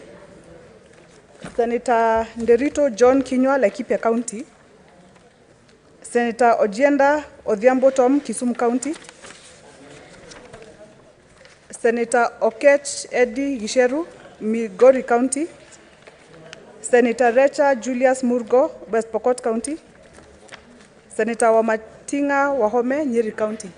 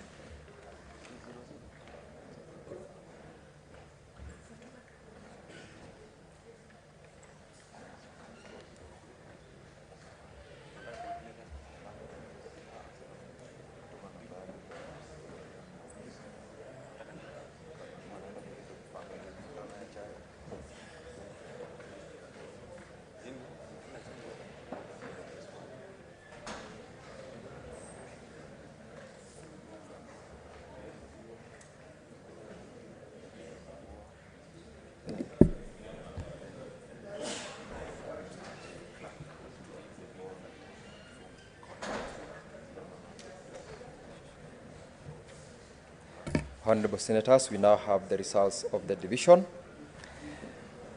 Total votes 30, nays 0, abstention 0, ayes 30, and the ayes have it.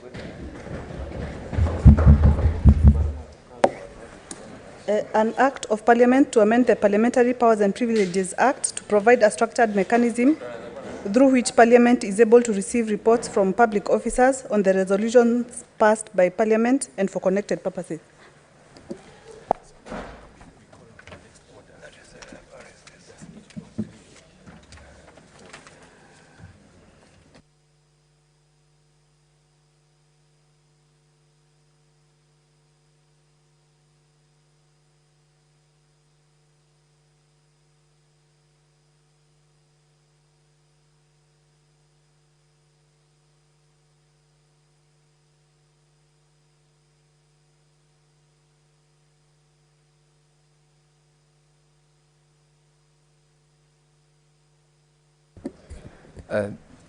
Honorable Senators, Sergeant at Arms, you may now draw the bar and open the door.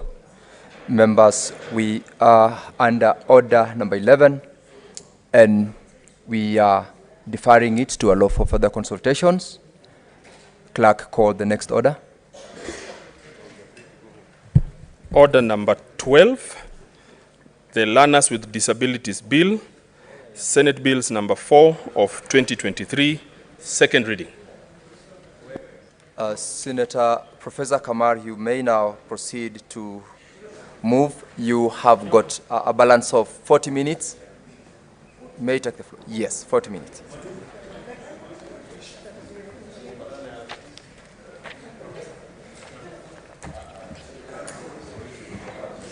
Thank you. Thank you, Mr. Speaker, for the opportunity to complete the moving of this bill. Mr. Speaker, honorable members will remember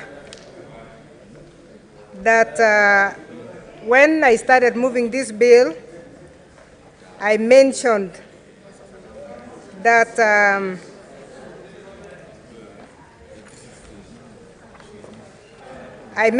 the purpose of the bill is to create a legal framework for the use of sign language in judicial proceedings, schools, and public institutions, and to ensure that deaf...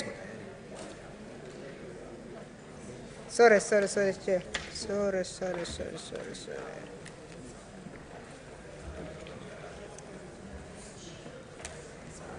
Sorry, Mr. Speaker.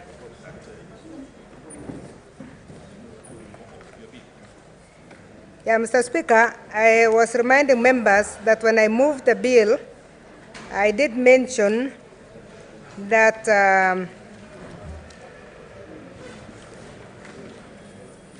the purpose of this Learners with Disabilities Bill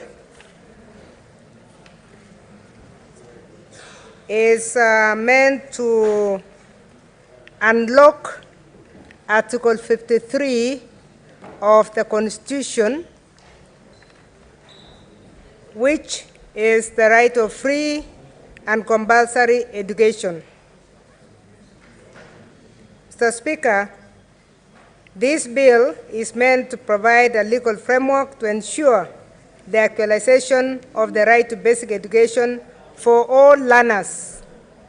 And in particular, we are looking at the learners with disabilities who require a certain level of support and who require to be assisted to be able to enjoy the right of the rights that other children have. In fact, Article 53, Mr. Speaker, looks at the rights of children, and in the rights of children, education is only one of them. The right to proper health is another one. The right to access to food, both in quality and quantity, is one of them. And this bill is trying to bring all of them so that the learners with disabilities can actualize their dream of being educated and developing towards the professions that they would like to do. Mr. Speaker, time when I stopped, I had read Article 12, which was the admission of learners.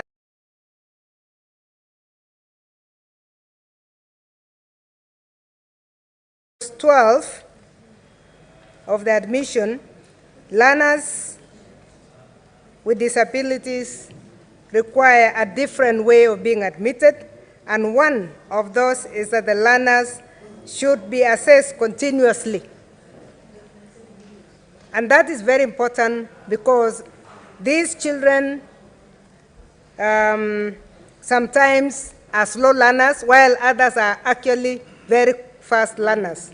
So it is very important that we distinguish the different disabilities so that we are able to assist them to go to the right level of education.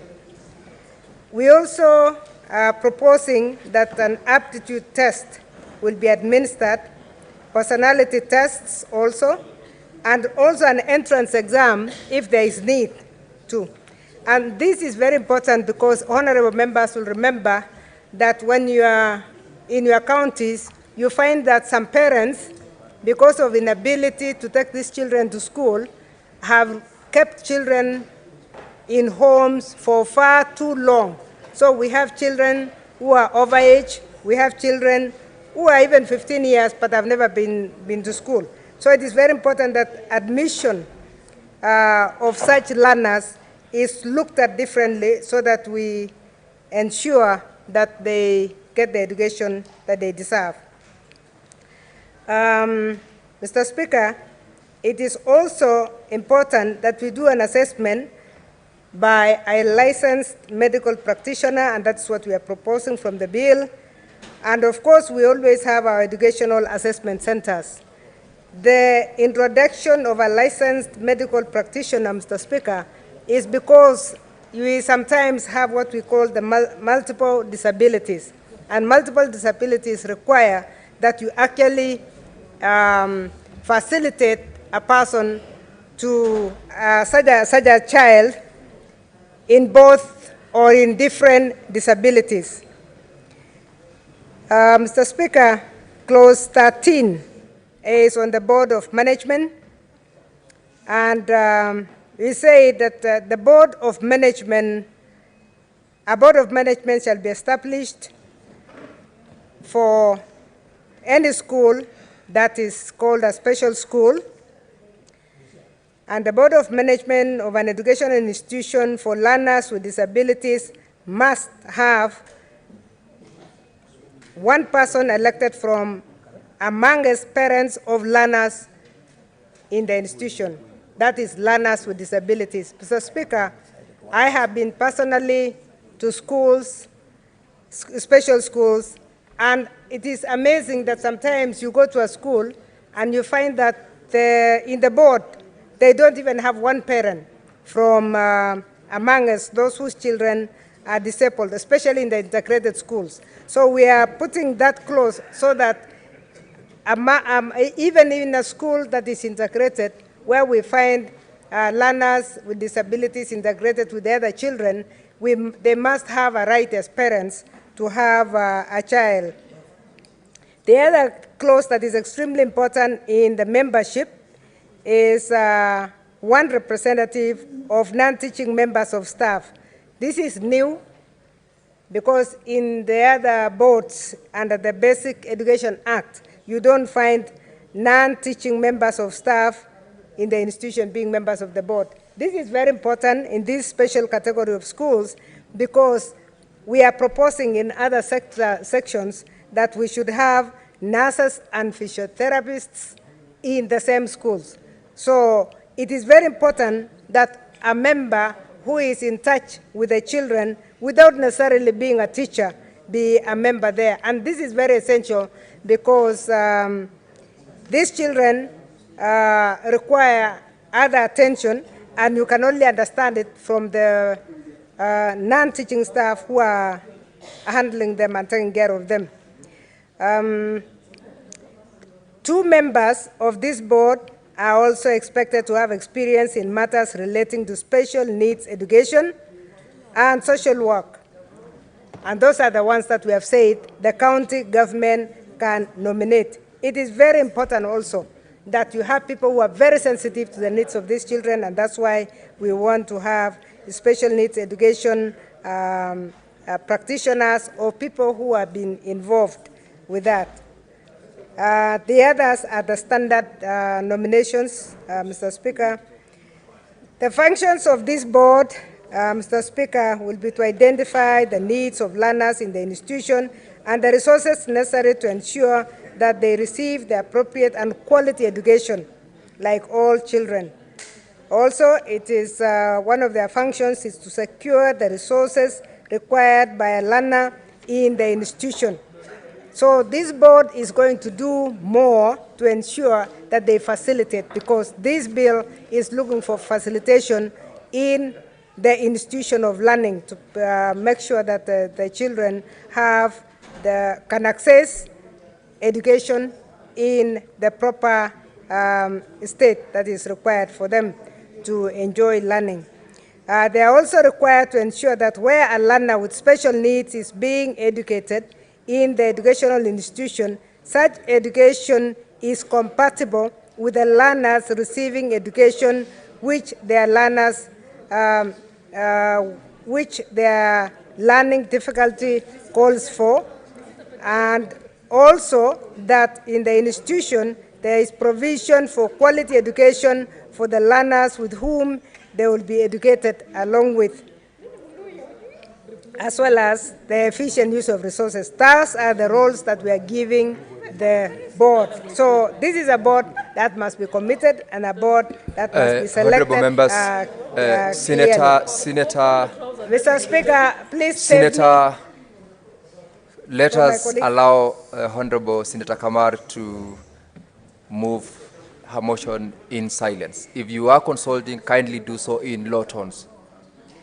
Thank you, Mr. Proceed, Speaker. Senator. Thank you, Mr. Speaker. Clause 15 is talking about the establishment of a parents' association. Mr. Speaker, every institution shall establish an association for parents and guardians, in this case of learners with disabilities. And a parents' association shall assist the board of management of an education institution in the performance of its functions, and shall in particular advise the board on matters relating to the welfare of the learners and staff at the institution. This is very important because some of the issues of a child in an institution of this kind, Mr. Speaker, a learner with disability, has welfare issues also. And that's why we are saying we have also provided that we have people who will do care within the institution itself. The Parents Association also will help in creating a more positive approach in parent-child-teacher relationship. This is extremely important. As we said, we are in a transition stage currently, where from 2010, when we had the new constitution, we have been able to talk more openly about our special children, children with disabilities, and we are trying to encourage parents to make sure that they actually allow the children to go to school. And so there is need for an interaction between the Parents Association and the teachers. The responsibilities of the county education boards. Mr. Speaker, where a county education board is satisfied that the resources or facilities required for delivery of education to learners with disabilities are not available in an education institution in the respective county, the board may arrange for the provision of that special education provision after consultation with parents. And this is a role that is very important for the county education board. We have said that we are going to have an institutional board, but the county education board must facilitate, because this is a program that the government must fulfill according to the rights that are enlisted in the Bill of Rights for the children. Mr. Speaker, Clause 17 is talking about facilities in institutions providing for special needs education. A person, authority, or institution exercising functions under this Act in respect of learners with disability must plan, locate, design, construct, equip, maintain, and keep under review facilities intended to be used by learners with disabilities with due regard to the special capabilities, disabilities, and requirements of such learners. This is a very, very important thing, Mr. Speaker. We must facilitate within the institution. That's one core thing of this bill, that the institutions must be accessible for the children. The children must get reading materials in the manner that they will be able to utilize for their learning. And this is a very key thing in this bill. The Cabinet Secretary shall, in addition to the requirements under what I've just read, prescribe architectural and other building standards required to be met in the construction of education facilities. Mr. Speaker, it took a very long time for Kenyans to have ramps for anybody with a wheelchair. And you look at it and you tell yourself, a lot of schools almost made it almost impossible for any child with disability, any child who is not able to walk, to get to the classroom. And we are saying that the Cabinet Secretary in charge must provide for that. I know it has started. The beginning, in fact, in this Parliament itself, Mr. Speaker, was just an outcome of an accident of a member who got an accident, and that's when we realized that even Parliament did not have a ramp. And that was the beginning. So I think we are in a learning stage, we are in a transition stage, we must provide for that, and that's why this bill is supposed to ensure that the Cabinet Secretary facilitates to ensure that all buildings can be accessed by everybody. Senator, that is access. And then when it comes to quality, we will also be looking at that. Thank you. Thank you, Senator. Professor Kamar, I want you to take your seat. The chair has got communication to make. Honorable members, communication from the chair on visiting teachers and pupils from St. Peter's Sangalo Central Mixed Primary School in Nandi County. Honorable Senators, in the public gallery, we have 99 pupils accompanied by 12 teachers from St. Peter's Sangalo Central Mixed Primary School in Nandi County, who are in the Senate on an educational tour. Honorable Senators, in our usual tradition of receiving and welcoming visitors to Parliament, I extend a warm welcome to them, and on behalf of the Senate and on my own behalf, wish them a fruitful visit. I thank you. I will ask the Honorable Senator from Nandi, Senator Cherargei, to also comment for 1 minute. Thank you, Mr. Speaker, for indulgence of welcoming the pupils from my county, that is Sangalo. Sangalo, Mr. Speaker, is in Mosab sub-county in Nandi County. I wish on your own accord and on behalf of the great people of Nandi and the Senate to welcome our pupils from Sangalo Academy, and I hope, Mr. Speaker, as they learn about the Parliament and how its operations, it will enrich their learning as they go back to their schools. So, Speaker, we are proud of what they are doing as leaders, as colleagues, and I know Sangalo is one of the best performing schools in Nandi County. Mr. Speaker, the learning is continuous, and I hope they have seen how Senate looks like.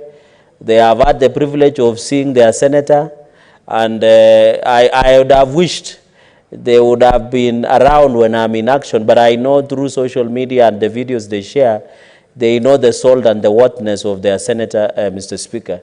Mr. Speaker, finally, is that even as we welcome them, is to call upon government to fast track on the issue of resolving the CBC issue, the CBC curriculum-based curriculum, the recommendations that are being given to the President by the committee.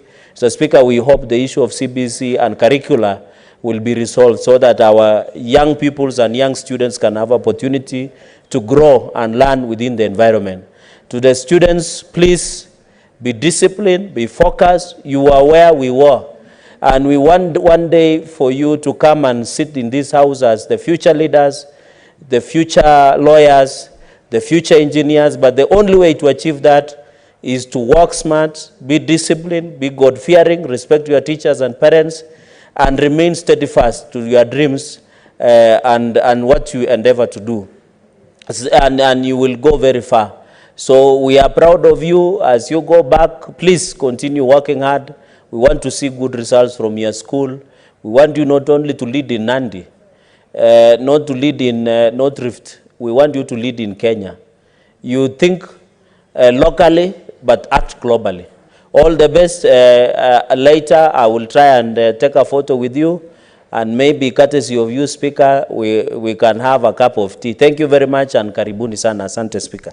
Thank you very much, Senator Cherargei. You make sure that you honor the commitment that you've just made in the floor of the House. Senator Professor Kamar, you may assume you have your time. We had put on hold your time, so you have not lost much, and thank you for indulging them. Thank you, Mr. Speaker. I was going to close number 18. Clause number 18 is the provisions of special needs education outside of an education institution, that where the CS or county education board is satisfied that an education institution is not appropriate for a learner, then a provision be done to make sure that it is well established, set for the use by special education learners. And then clause 19 is the conduct of special needs education service providers. Mr. Speaker, it shall be the responsibility of the Special Needs Education Advisory Board to establish and maintain a register of special service providers qualified to provide services to learners with disabilities. This one is very important, Mr. Speaker, because there is always fear that somebody sets up an education institution in the name of special needs and then takes advantage of the students, maybe through donors and whatever. So here we are providing, we have made a provision that the conduct of special education must be approved by a board. And there's a board that has been established by this bill, the Special Needs Education Advisory Board, that will be advising the CS of education. Mr. Speaker, in Part 4, identification and assessment of children with disabilities. Mr. Speaker, the register of learners is in clause 19, register of learners with disability. Every county education board shall maintain a register of all learners with special needs in their area of jurisdiction who are receiving domestic, medical, institutional, or other special education services outside of regular school programs, as well as special needs learners who are not receiving any special education services. This is very important, Mr. Speaker. It is the right of the child. And being the right of the child, we need to test stock and know those children. The reason we have had children, some of whom have been locked in houses by mothers who cannot take care of them, is because there was no provision of, there was no way anybody would know. Because even where we have institutions, and there are institutions in this country, Mr. Speaker, who can take care of these learners, there are boarding schools and I've visited some even in Meru, Embu, and even in Eldoret, where there are boarding facilities. Nobody knows where these children are. So this is the responsibility of the County Education Board to know where all the children are. Apart from the other children, they should know where children who need special education are. Mr. Speaker, we have also said that in clause 21 that there is need for identification of children with disabilities. let them be well identified, let them be well documented so that we know where they are, we know their parents, and they can be taken care of. And it is the responsibility of government. It's not the responsibility of a mother who gave birth to a child with disabilities, because this is our responsibility as a nation. It is why we pull our taxes so that we take care of ourselves. So this is a right that is beyond education, and we must ensure so that we facilitate Article 53 of the Constitution. In Article 22, Mr. Speaker, we are talking of the assessment of children, of special education children. Mr. Speaker, in most cases, we had not really provided for how many hours you want to assess a child with disability. Nobody has quantified that, and here we are trying to provide in a way so that these children are given due attention, not only during the training, but also during the assessment. So where a county education board is of the opinion that a child within its area of jurisdiction has or may have a special education need, the county education board shall determine a suitable education provision that shall alleviate the learning difficulty of that child. So assessment at that point, and assessment post going to the education institution so that the child can be assessed properly and can be placed properly. In Part 5, Mr. Speaker, institutional management of special education, we have done, there is an establishment of a special needs education advisory board, which I mentioned earlier. So this bill establishes a special needs education advisory board. So Article 23 says there is established within the Ministry of Education a board to be known as the Special Needs Education Advisory Board, something that is not existing currently, and that is why the attention to these children has been extremely low. The functions of this board will be to examine, comment, and advise the CS on any rules and regulations proposed to be made upon this act in itself, and then to advise the CS and any government agency on any matter pertaining to the provision of special education. So this is a very important board. It will also make an annual report to the CS, which report shall be published in a gazette, in a gazette notice on the progress or lack of it made in special education by the government, because we are saying this is new, and we want to, for us to progress, we need to monitor the performance of all institutions, and also, in particular, the education institutions. In Article 24, Mr. Speaker, special needs education resource centers. Mr. Speaker, the bill provides that the CS of Education shall establish a special needs education resource center in every county and shall ensure that the center is properly and adequately staffed with appropriate qualified personnel and equipment. This is of great interest to this House, Mr. Speaker, because our role as Senate is to take care of the interests of the counties and the county governments. So an establishment like a special needs education resource center is a very, very important center in the county. And we say this resource center shall be a link between the children with disabilities and the society at large, where there is provision of resource personnel who shall create disability awareness in the local community. Unless we talk loudly about this, unless we have an awareness program, sometimes we still have those children being pushed to the side, both at home and in the education institutions. We want the same to provide for the different ways of communicating with the children, be it sign language, be it braille, so that people get to actually know. Because in a way, as we are dealing with this, the education of these children, it is very important that even parents get familiar with what is going on, so that they see the importance of educating a child like that. Mr. Speaker, we have had experience with people with disabilities who have really lived to the full capacity as far as the education is concerned. We have professors yesterday only, Mr. Speaker, because our Committee of Education is visiting some institutions in Eldoret next week. I visited a school which is integrated, an integrated school with albinism and the VIPs. And the shocker was to have a teacher who doesn't see teaching completely, a whole class. And he was teaching students, writing on the board. He already knows the dimensions of the board, and he was teaching a class. Fantastic. It was really fantastic, and I felt really moved by that. And I think we just don't know the potential of these people. Otherwise, we would have taken care of them from when they are babies. And this is what we are saying. When you have a special needs education resource center, it is a place for us to educate one another. It is a place to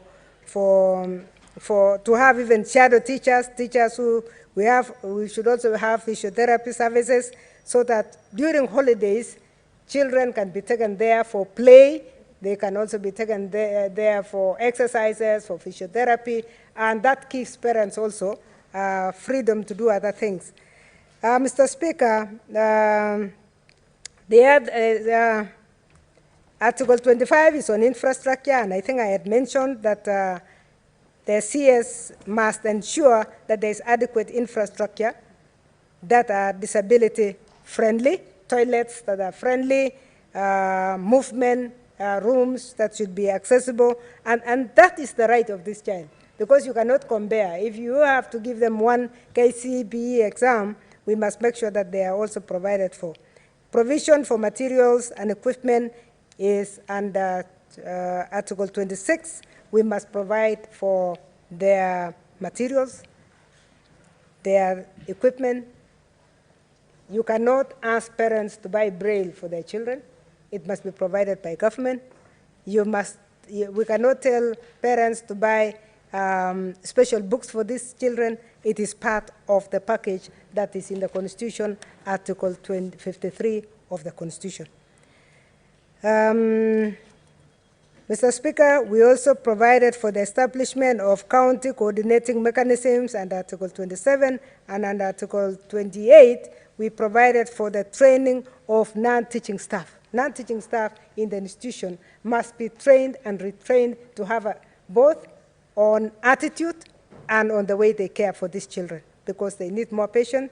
What we are really impressed, for those of us who have been interacting in these schools, is that KISE has trained teachers who are fantastic.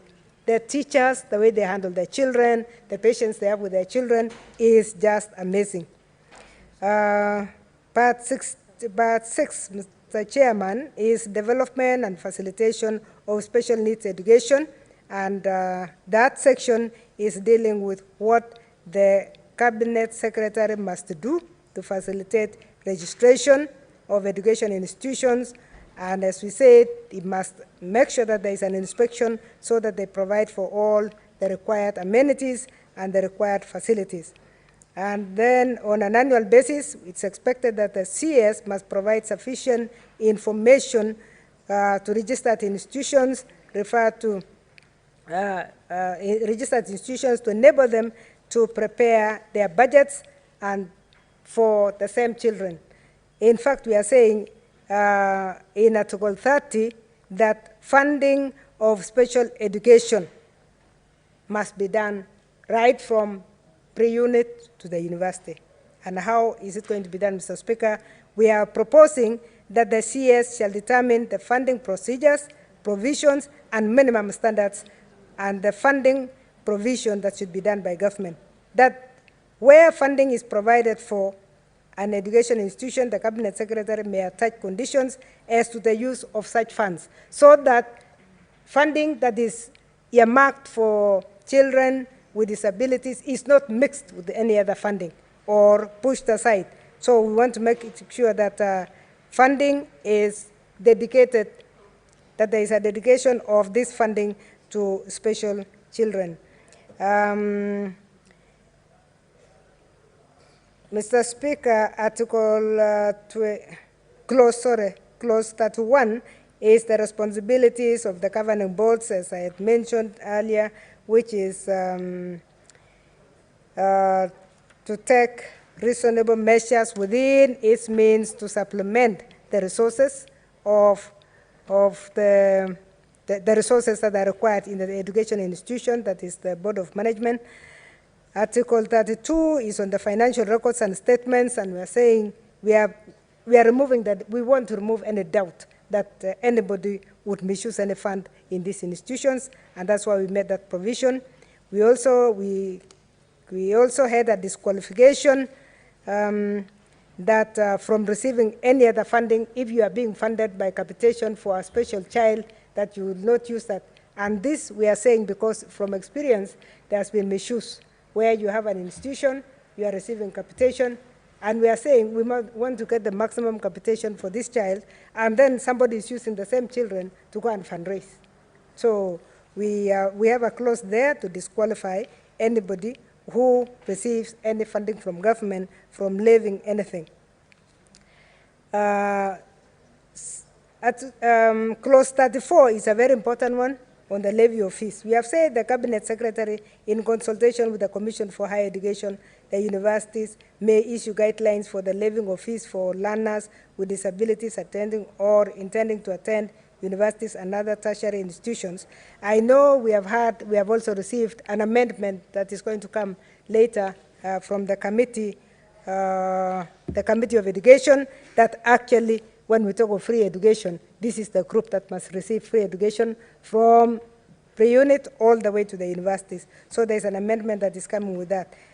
Mr. Speaker, as the quality assurance and standards is key when we are providing education, and we have provided that in Clause 35, quality assurance and special needs education.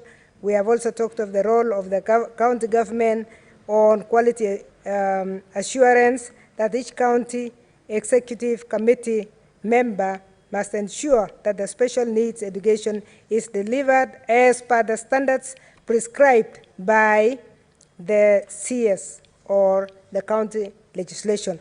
This is to ensure that the standards are taken care of. Mr. Speaker, the other one is on the miscellaneous provisions that are going to take place, the assessment, the education institution on public land, and prohibition of alienation of land used. So those ones, I think members will be able to see. So, Mr. Speaker, in a nutshell, that is what the bill is. And I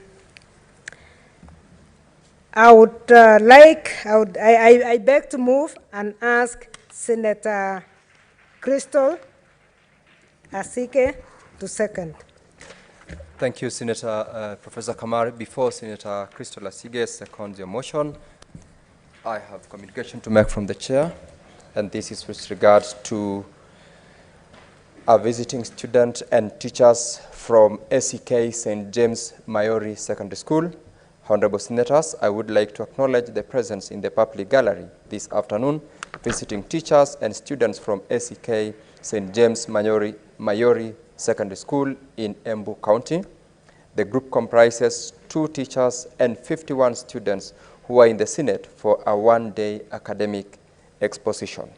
Honorable Senators, in our usual tradition of receiving and welcoming visitors to Parliament, I extend a warm welcome to them, and on behalf of the Senate and on my own behalf, wish them a fruitful visit. I thank you. I would like to call upon the Senator for Embu, Senator Mundigi, to also welcome the school and also the teachers as well as the students. Bwana Spika, ni asante kwa kunipa ruhusa hii niweze kukaribisha shule ya ACK St. James Mayori. Wanafunzi wa Mayori, hii ni Senate ambaye kazi yetu hapa ni kutengeneza sheria ya county na tunajifunza mambo mengi sana. Kwa hivyo mkaribie, mkuje muone yale tunatenda hapa, na ninataka nimwambie kama mtasikiza mambo ya walimu na pia mtasikiza mambo ya kanisa, mambo ya kujiepusha na mambo ya pombe ama dawa za kulevya ama pangi, nataka nimwambie mkijiepusha na hizo maneno, ninyi mtakuwa maseneta, na nyinyi mtakuwa pia speaker, na pia nyinyi mtakuwa mnaongoza nchi yetu ya Kenya. Kwa hivyo namuomba muweze kuangalia yale tunatenda hapa, ni nyinyi viongozi wa kesho. Hiyo ingine nataka kusema sura ya ACK St. James Mayole imetoka Embu County. Embu County tupo na majumba mandogo ya 4, moja ni hiyo ya Mbere South, pahali nakwambia Bwana Speaker hakuna manji, hakuna parapara, na wanajaribu sana. Hii sura ni zile moja sa zile counties zinafanya vizuri sana. Kwa hiyo nimekuwa nikiongea mambo ya Embu tuweze kusaidiwa. Mnaona hata wakati kulikuwa na zile pesa tulikosa, muone hii kama sura kama hii ni zile singefanya kazi nzuri. Kwa hiyo naomba Senate wakati ule mwingine muweze kuangalia mambo ya Embu, mambo ya parapara, mambo ya manji, na pia na mambo ya kilimo. Asante Bwana Speaker. Thank you very much, Senator Alexander Munigi. Senator Crystal Asige, you may take the floor to second the bill.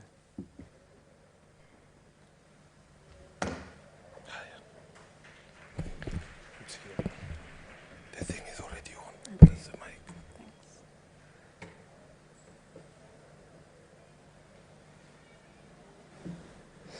Where is the mic?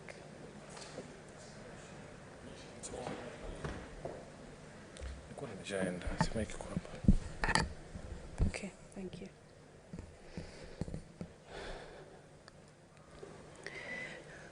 Thank you, Speaker. I rise to support this motion, the bill, rather, the Learners with Disabilities Bill that's just been moved. And as I make my submission to Speaker, I'd like to start with a small anecdote. There are 2 young fish swimming along, and they happen to meet an older fish swimming the other way, who nods at them and says, "Morning, boys, how's the water?" And the 2 young fish swim on for a bit. Then eventually, one of them looks over at the other and goes, "What the hell is water?" David Foster Wallace used this story to illustrate how the most basic and important parts of our experiences as human beings are often the last to be recognized or appreciated, and instead are taken for granted. And Speaker, I agree. For me, the older fish represents privilege.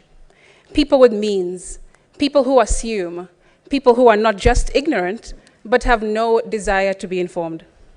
People who are non-disabled, that really have no awareness that very few people around them are not swimming through life as easily and as exposed as they are. Then, of course, there is the water. Mr. Speaker, I see the water in this story as analogous to our basic human rights, like health, housing, water, electricity, access to information, and of course, access to education. These rights and freedoms, Mr. Speaker, are meant for all people, no matter their ability or disability. Speaker, I have thrown myself into working on the Learners with Disabilities Bill because I desperately wish to see as many barriers as possible be removed from access to inclusive education by our learners with disabilities, to ease the burden off of them and their families, if only a little bit, so they did not have to struggle like I did. Speaker, learners with disabilities are not just young fish swimming in new waters, but exceedingly disadvantaged fish swimming in non-inclusive Kenyan waters. Since high school, my eyesight began to steadily decline from a degenerative disease called glaucoma, through which I acquired my disability. The only student with a visual disability in school, similar to now, Speaker, where I am the only visually impaired parliamentarian in the House. Speaker, being a young learner back then, dealing with going blind, with no policies on discrimination, with no inclusive education, no integrated school systems, with no assistive technologies or devices, no personal aid, no teachers trained in special education, and no community of PWDs around to guide or encourage me, really did break me. Then came the Constitution of Kenya 2010. Article 53 of the Constitution provides that every child has a right to free and compulsory basic education. It further provides in Article 54 that persons with disabilities are entitled to access educational institutions and facilities that are integrated into society to the extent compatible with the interests of the person. Therefore, this bill is aimed at providing a proper legal framework in order to ensure the actualization of the right to basic education for learners with disabilities at all the 3 levels of education in Kenya. The bill outlines the rights of learners with disabilities, as well as the responsibilities of the parents and guardians of learners with disabilities, as it pertains to their access to education. However, Speaker, there are still many improvements considering the burdens of families of learners with disabilities. Speaker, according to a study conducted by the Kenya National Survey on Children with Disabilities in 2018, it was found that 72.6% of learners reside in rural areas. These students typically rely on healthcare services provided by hospitals in these rural regions, as good health is closely linked to effective learning. Given the significant reliance of the population on the National Health Insurance Fund, NHIF, it is expected that these children would also benefit from its cover.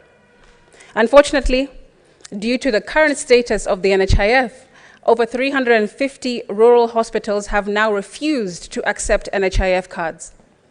As a result, Speaker, these learners are being deprived of healthcare that they need.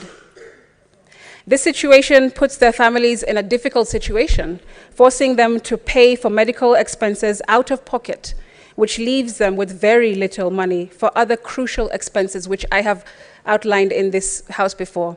And it becomes more distressing with the proposed Finance Bill 2023 and the provisions therein. Let's consider a hypothetical family, Speaker, earning 50,000, which will be subject to deductions as specified in the Finance Bill. After accounting for all expenses, the family would be left with a mere 4,000 or 5,000 shillings, an amount which is woefully inadequate to cover their medical bills. The bill creates provisions that obligate the national government, through the Ministry of Education and the county governments, to carry out their duties in bringing the education of learners with disabilities to parity with all learners, and to end the exclusion of persons with disabilities in the education cycle.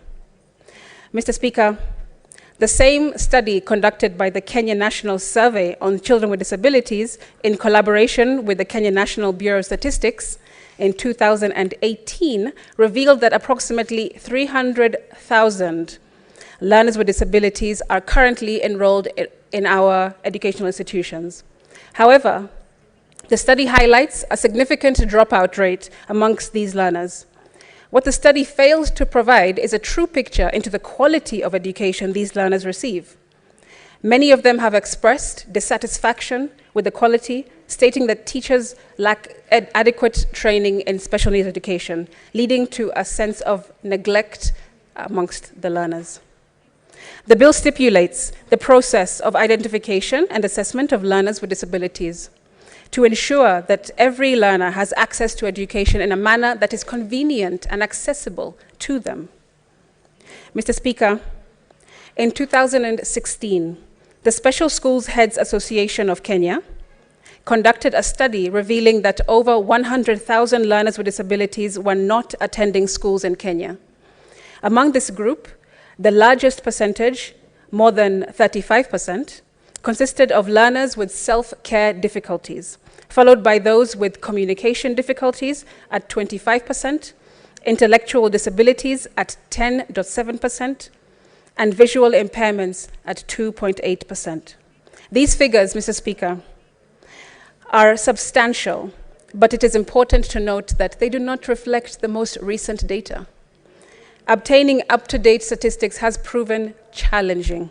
Even the National Council of Persons with Disabilities, who are here in front of the Committee of Labor last week, expressed the ongoing difficulties they face as an agency responsible for disability. They highlighted various constraints, including limited staffing with an estimated 1 officer per county, making it very difficult to gather accurate data on persons with disabilities. Learners with disabilities have different needs, Mr. Speaker, and some maybe require home-based, medical, institutional, or other inclusive education services that are outside of regular school programs. But, Mr. Speaker, what the general public don't understand is the compound effect that tears through these families. Due to the disability of a learner, more members of a family member end up affected. Mr. Speaker, there's a 26-year-old named Johnson in Watamu who lives with his single mother and his brother. Johnson has CP, cerebral palsy, but has received no therapy, which has led to the development of autism alongside his CP. Now it's a complex disability. Johnson's mother has struggled to find suitable education opportunities for him in the Watamu area. Unfortunately, Mr. Speaker, a special school in Gede refused to admit him because of his age. Despite his disability, Johnson has shown talent and arts and crafts. He used to make and sell keyrings for tourists in Watamu to support his mother financially. However, he lost his motor skills and was unable to work for gain. So he taught himself instead to cook and help with household chores because of the increased difficulties faced by his mother in taking care of the family. His grandmother then had to move from Nyeri to Watamu to assist. On the other hand, Mr. Speaker, Johnson's younger brother has felt neglected and resentful due to the attention required by Johnson by his mother, which has affected his performance and has led to a silent war between the brothers as the younger feels that Johnson is favored. These important details, Mr. Speaker, are often overlooked when we look at legislation, yet they significantly impact the home environment. The challenges faced by this family have been accumulating over time, with the mother unable to focus on her work and developing high blood pressure in the process as she dedicates her attention to taking care of her children. Sadly, Mr. Speaker, this bill can only solve some things, with hopes that other honorable members in this House will also push disability-responsive legislation that helps to solve other issues. In the Learners with Disabilities Bill, provision is made for a framework of monitoring and evaluation, Mr. Speaker, has been said, on the institutional management of inclusive education, creation of an advisory board to the Cabinet Secretary, and any other government agency, culminating into an annual report to be published in the Gazette in the progress or lack thereof in inclusive education by the government, its agencies, and of course, its other institutions. To eliminate the issues of stigma and prejudice suffered by learners with disabilities, the bill provides also for creation of inclusive education resource centers, as has been said. The resource centers are to serve as a link between learners and the society by providing resource personnel who shall create disability awareness in the local community, providing sign language interpreters, providing support teachers, providing physiotherapy services, and carrying out any other activity that may further its role in providing inclusive education in the country. The function of these resource centers shall be to provide expertise and diagnostic, therapeutic, and corrective educational needs, provide corrective and supportive services for all learners with inclusive educational needs in the country, provide home or hospital instruction and corrective and supportive services to disabled learners in cases where the nature and severity of their disabilities makes studying in regular institutions impracticable. Assist educational institutions in designing individualized instructional programs for learners with disabilities, conduct educational and psychological assessments, plan curriculum implementation, provide outreach services to learners not yet in educational institutions, like I gave you the data for, Speaker, provide advisory services to educational institutions and in the jurisdiction in these resource centers, and carry out such other functions as the Cabinet Secretary may prescribe from time to time. Mr. Speaker, all of the other provisions have been very eloquently put forward by my co-sponsor, Senator Professor Kamar. And I also want to add the reason why we call it the Learners with Disabilities Bill. Mr. Speaker, most people have asked, why do you say learners with disabilities? Mr. Speaker, the reason for this is because many of us with disabilities in education systems are not of the normal, I put that in quotes, age to be starting in class 1, in class 2, and so on and so forth. You'll find often, Mr. Speaker, that you have a 26-year-old like Johnson in Mwatamu who requires to start class 1 at his age today. And that's why we call it the Learners with Disabilities Bill, not the Children with Disabilities Bill, because not all learners, Speaker, are children. Lastly, the bill provides for amendment to the Technical and Vocational Education and Training Act of 2013. I hope, Mr. Speaker, that this bill is seen as just a starting point and undergoes continuous amendments in the coming years to improve the needs of learners with disabilities. It should be adaptive of challenges faced by families. Parents should not be burdened with paying more than 20,000 shillings to support their children. Mr. Speaker, we've had accounts from senators in this House and other people who have to pay 2,000 shillings per day to have somebody take care of their child. And as you know, there are 7 days in the week. Parents who have told me that their autistic child needs home-based education, and to get a home-based teacher costs 3,000 shillings a day. That's times 5, Mr. Speaker, 15,000 shillings a week, just because a learner has autism. Senator A potential Crystal, yes. You have got a balance of 5 minutes to Thank you. use. It's essential that learners with disabilities have access, Mr. Speaker, to proper health care as well, without financial strain on their families. This should also be taken into account as this bill moves forward, not just this year, but in subsequent amendments. Mr. Speaker, I thank you for your time, and I second. Thank you, Senator Crystal. Honorable Senators, I propose the question that the Learners with Disabilities Bill, Senate Bills number 4 of 2023, be now read a second time.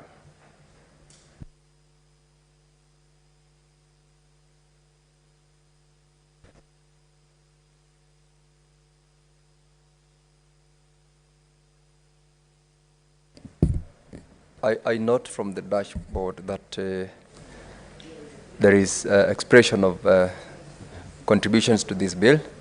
I am aware, Senator Manso, you requested that you're rushing elsewhere. I probably will ask you to go ahead and do your comments to the bill within 5 minutes or so. I know you've got your 20 minutes. I have considered the request that you made. Mr. Speaker, 5 minutes is enough. Mr. Speaker, this is a very important bill, and I rise to support it, and really congratulate the Honorable Christabel and Professor Margaret Kamal.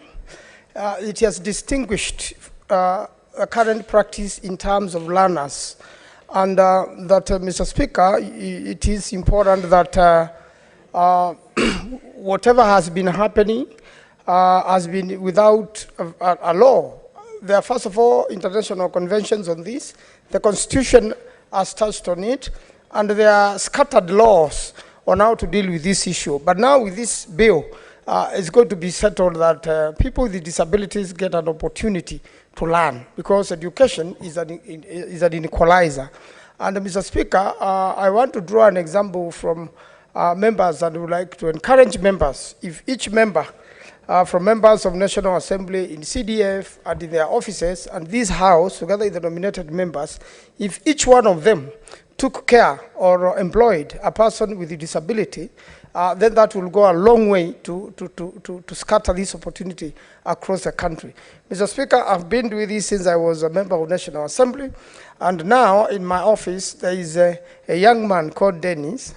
He's actually I've gone to school up to Form 4. I met him when he was in high school. And although he's an adult, he looks like a 7-year-old boy exactly.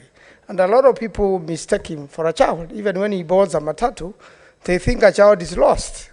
And when I employed him in my office, he's been a very big impact. And now I'm helping him to go and study to be an actor. And I believe he will have a future. Since I employed him, he has changed his family. And therefore, education is very, very important for anybody with disability. And also, there is something else. I thought probably Professor will look at it.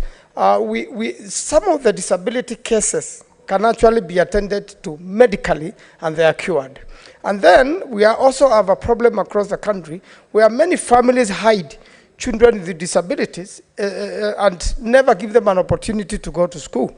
We should come up with a punitive measure in this law such that if you are found to be hiding a child of that nature and you are unable, to get this child to school, and the government has called upon that you could be punished, for such, so that we could create fear and make sure that people come out and release these children to go to school. When it comes to the facilities of children with disability, there are quite a number in the country, but some are sponsored by the national government, and therefore this be a shared responsibility between county governments and national governments. It has now come out that we have a definite way of dealing with these schools and giving, these people education according to their needs and according to their interest.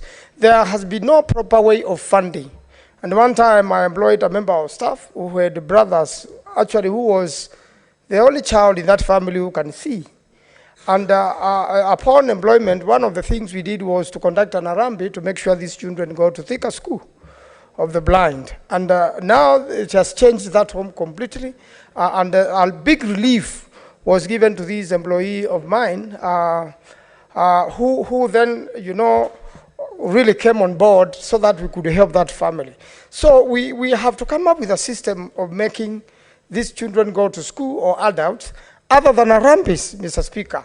Other than conducting harambes, the government has to have a system so that these children or adults can have an opportunity to have education and have an opportunity in life. But most of them can be corrected through surgery, through treatment, and a lot of cases have changed. Although some people have been tilted to believe that when you have a disability, you get government, when you are registered, you are not able to pay taxes, you can get a car cheaply. And that's why our friend, we had a nominated member in the National Assembly who is now in East Africa. He used to say, you would not like to go to these people who pray for people to walk again because, he doesn't want to lose these benefits, although I thought he made it as a joke. But finally, Mr. Speaker, historically, this is a very old thing. And it has been found even in the biblical times, even the times of Jesus, he healed quite a number of people with disabilities, a blind person, and somebody who could not touch the water in Bethsaida in Jerusalem and get healed for 38 good years. He had been there even before Jesus was born. And it being a practice of old times, it means disability is as old as people are. And everybody is a candidate for disability. Anybody can become disabled anytime through sickness, through accidents, and therefore we have to develop a law. It means even if you are an adult and you get disability, then it means you may have to learn new skills to survive, other than the skills you have gone to school to know all your life. So I believe, Mr. Speaker, this will go a long way to change the way we perceive people with disabilities or people who are talented differently, and that upon this law they will be given an opportunity to learn a skill, which skill they can use to get, to a place they can be able to sustain themselves. I'm really looking forward when Dennis goes to university, because he passed very well in Form 4 and comes back to Kenya, although he may not be able to drive a normal car. I really look forward to his wedding and to him having a good life and a family. I thank you, Mr. Speaker, for this opportunity. I support. Thank you very much, Senator Manzo. I will request members, I want to allow Senator Muma to also submit for 5 minutes because she's pursuing the support of one of our colleagues whom we are going to marry on Thursday. Allow Senator Catherine to take the next 5 minutes. Thank you, Speaker, for the opportunity. Rise to support Senators Professor Kamar and Crystal, and to congratulate them for tabling this bill that is a very important bill. Mr. Speaker, I am a mother of a 28-year-old severely disabled son who has cerebral palsy. And I thought I will just contribute a little that can help to support this bill that is very good, and also to possibly improve. Mr. Speaker, I will not speak to what is already on the bill, but I would want to advise that the movers consider adding on amendments that will deal with the two aspects of learning institutions for persons with disability.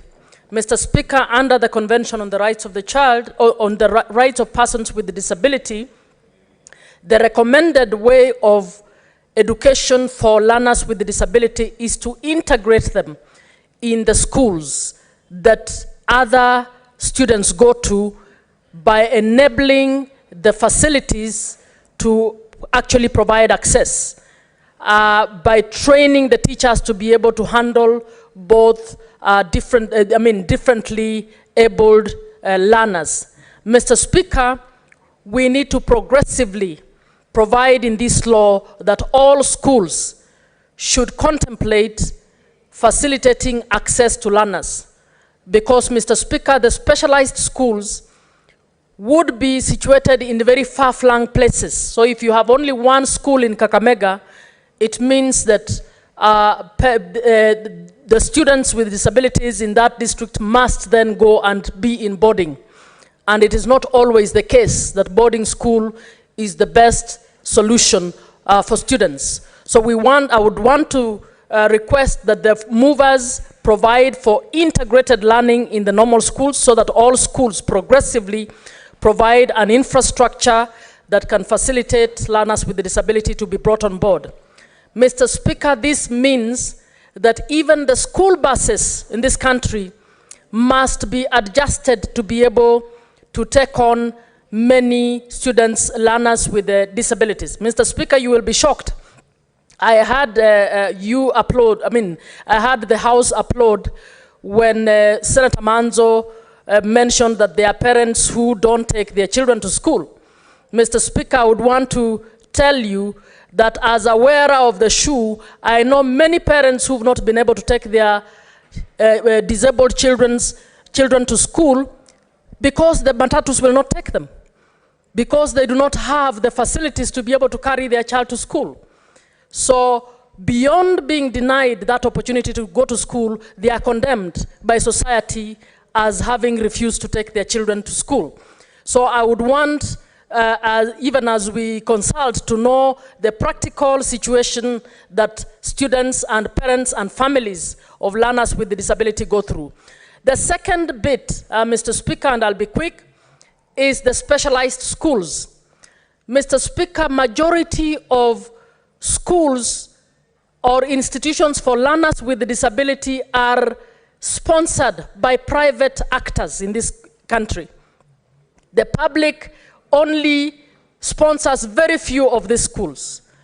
I would want the movers to include a clause that can provide a partnership between the sponsors of private schools for persons with disabilities to ensure that public money is expended in these schools in order to enable more learners to be able to go into these schools. Mr. Speaker, my son went into St. Peter's school in Loresho, a school whose land was donated by Mr. Nganga, a parent who had a child with severe disability but could not get any school in Nairobi for his child to go into.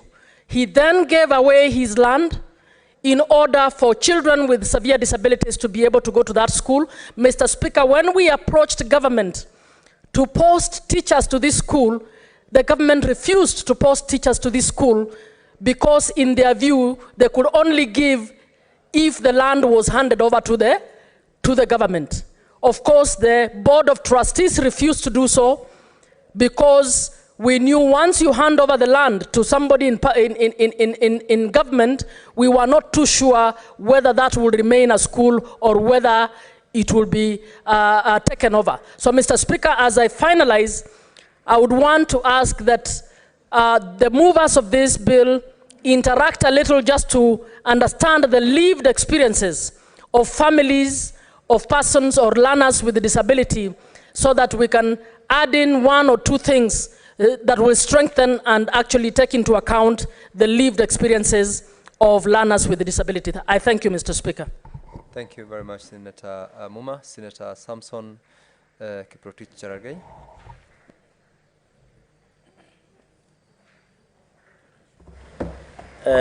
Thank you, Mr. Speaker. I don't know what Senator Sifuna is signaling, but maybe he's signaling good things. From the onset, I'll be very brief, that and you can be sure of.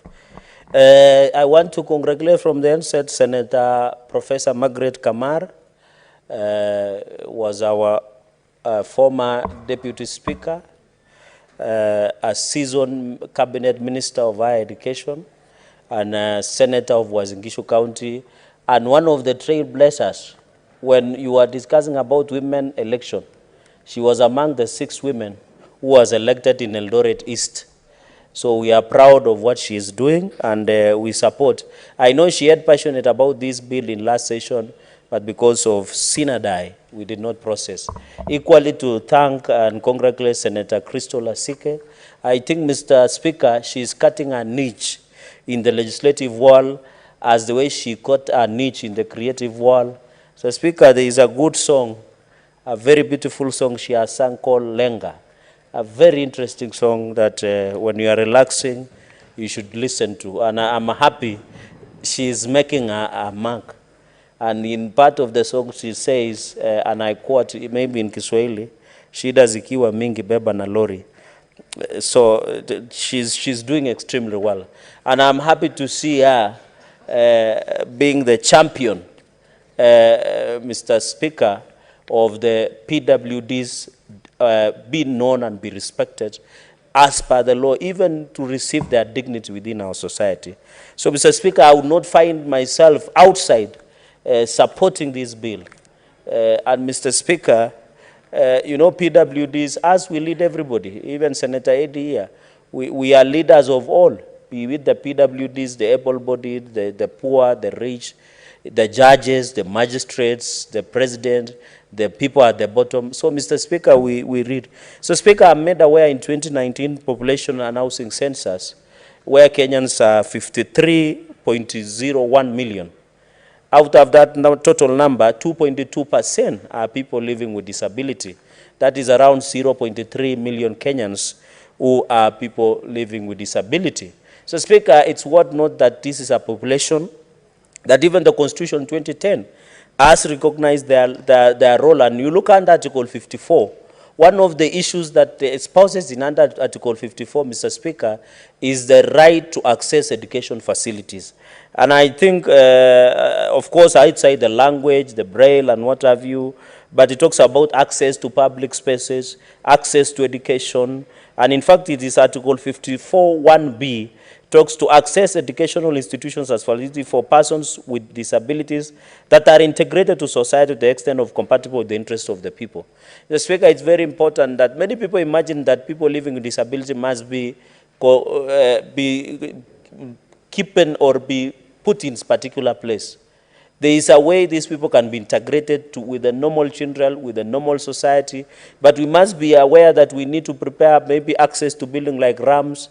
We must provide the language. And I'm happy even media nowadays, when they read news, they have now incorporated sign language interpreters. Even I've seen government, even parliament here, we are now alive to the fact that we have a unique population that they must be part of process, even in recognition of language and even the use of braille.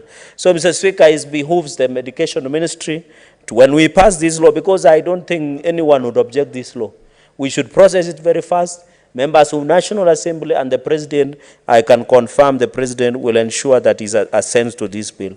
So, Speaker, I'm aware that many parents, when children come from God, many parents would imagine that when you are expecting a child, Mr. Speaker, and that is why I'm happy that the House have assented my bill on the right to disconnect and respect to privacy to family. Many people, when they're expecting children or expecting a child, they just expect a normal child. But sometimes, the Speaker, it does not happen that way.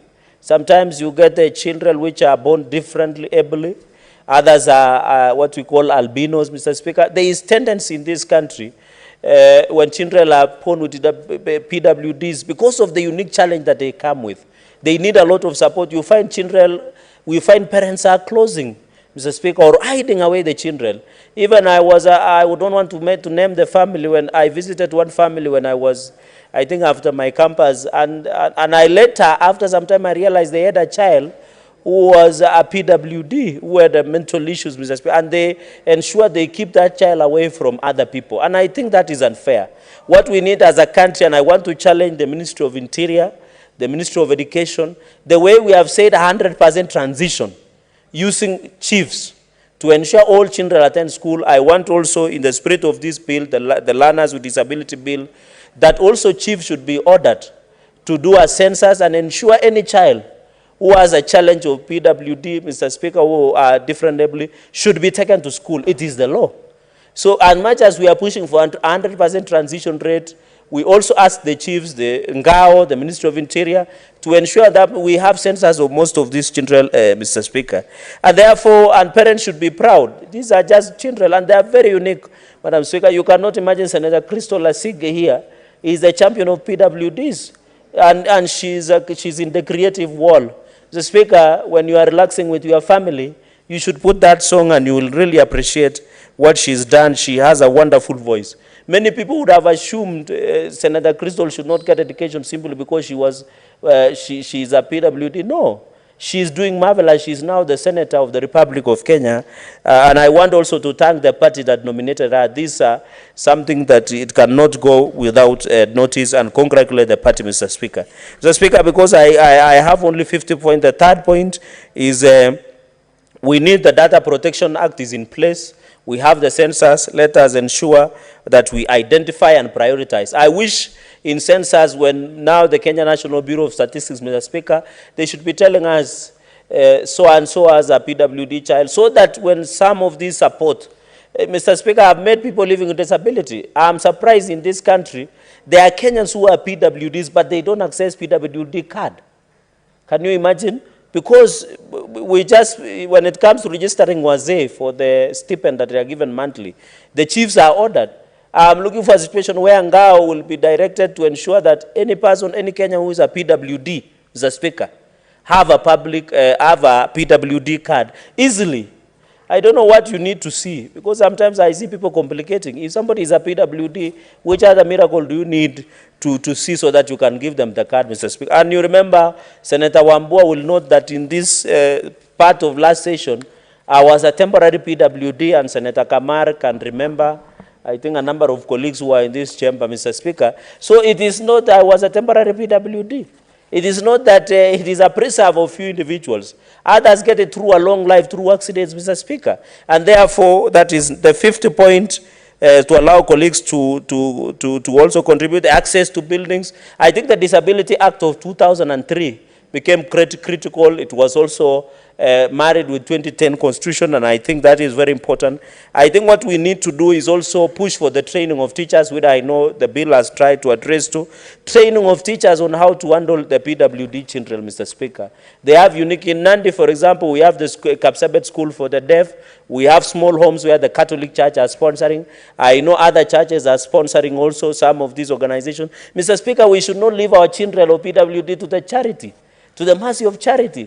Somebody somewhere in the US fundraises to come and take care of a child of PWD. Which society are we? Kenyans and Africans, we had a heart of providing for everybody, Mr. Speaker.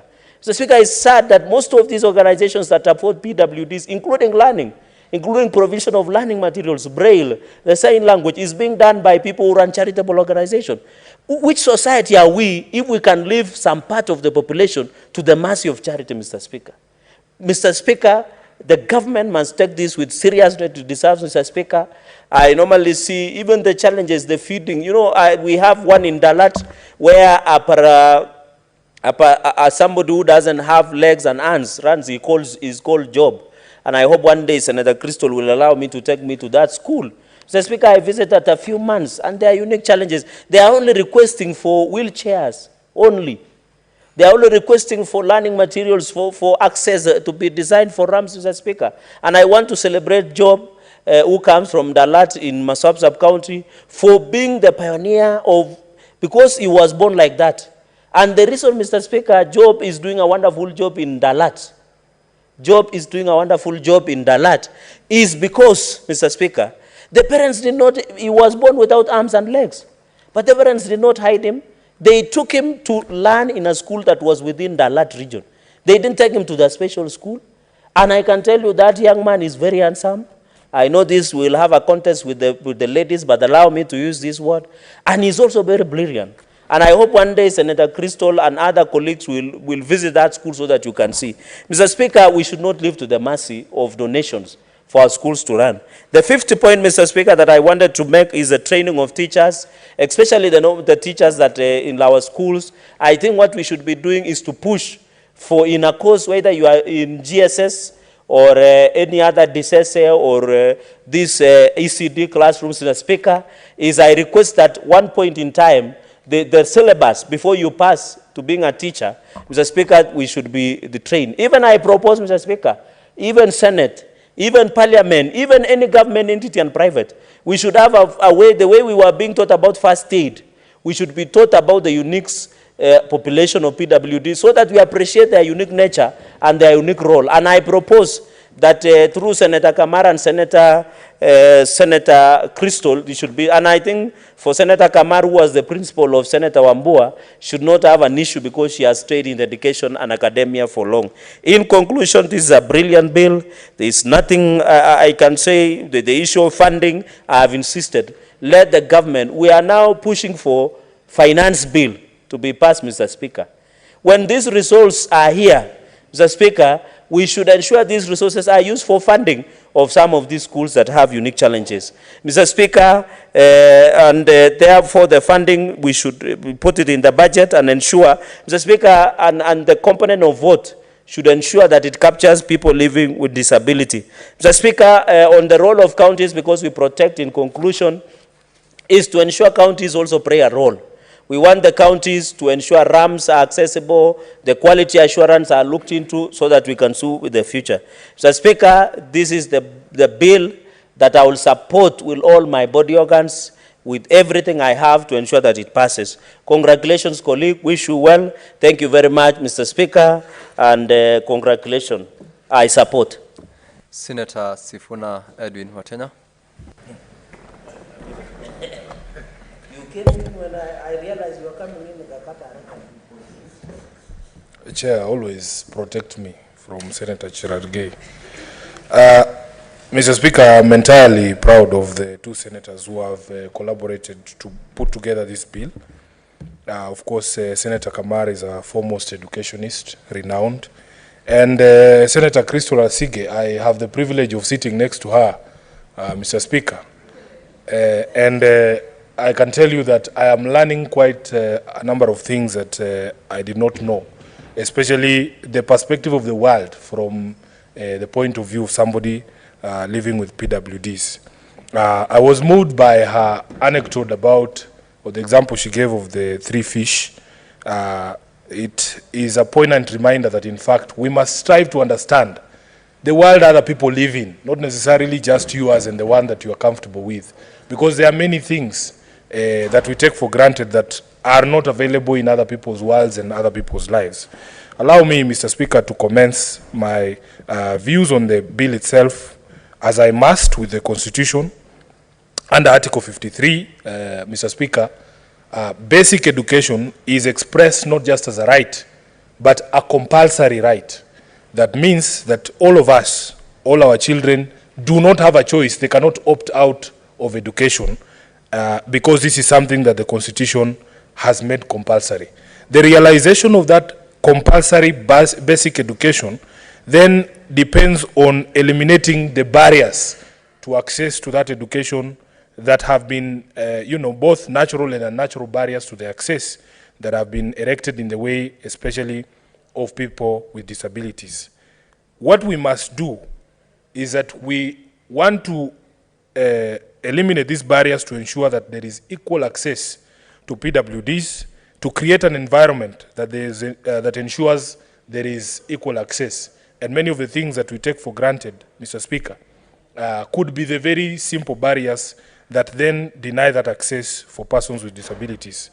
I have seen myself, because within the ODM party, we have many members who are persons living with disability. In fact, the chair of the PWD caucus in ODM, Honorable Tim Wanyonyi, is a person that I know, I have had the opportunity to work with, I have had the opportunity to campaign with. In fact, one of the things we did when we were acquiring the new Chungwa House, the headquarters of ODM party, because I was SG at that time, I ensured that there were 2 ramps installed both at the front entrance and the back entrance to allow Honorable Tim Wanyonyi access. And other persons with disabilities at that time, we had Honorable Denita Gatti also as a person whose mobility depended on a wheelchair. We have seen even at political rallies, persons with disability accessing the podium. Just accessing the podium at Uhuru Park or Kamukunji grounds is usually a very difficult task. Luckily, I have seen that Honorable Tim Wanyonyi, because he has been in Parliament for some time, at least he has the resources to afford a group of muscle men who then help him to access these places. But you can imagine if you are just a first-timer or somebody is trying to get into politics with that disability, it becomes very difficult. It has opened my eyes to very simple things, like every time we pick a venue for a meeting, you must always ask yourself if this venue is accessible to everyone. So I am happy that this bill tries to address some of the challenges of access to education by learners living with disability. If you look at Clause 5, Mr. Speaker, Clause 5B talks of a right to have information delivered in suitable, legible media of instruction. So that, Mr. Speaker, it is not just about having schools. Those schools must be able to deliver that information in the language in which the PWD can be able to understand. Then, Mr. Speaker, there is a provision on access to all school buildings and facilities with ease. That is what I was trying to discuss here with the example of Honorable Tim Wanyonyi. But what Senator Asige has opened my eyes to, Mr. Speaker, is something I never thought about. The bill talks about access to play areas, recreation, leisure, and sporting. My daughter, who is 6 years old, goes for swimming lessons every Saturday morning. And I was asking Crystal, how do you make a swimming pool, for instance, at a school, accessible to all persons with disabilities? So she was educating me here that there are things called grab rails. I don't know if anyone has ever heard of them here before. Grab rails, slip-resistant tiles.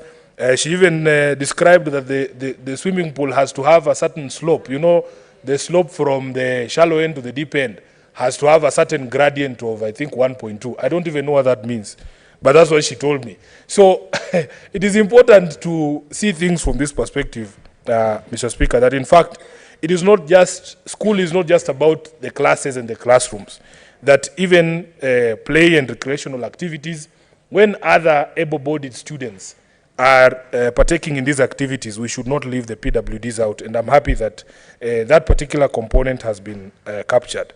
Then the bill, Mr. Speaker, places certain responsibilities on the counties.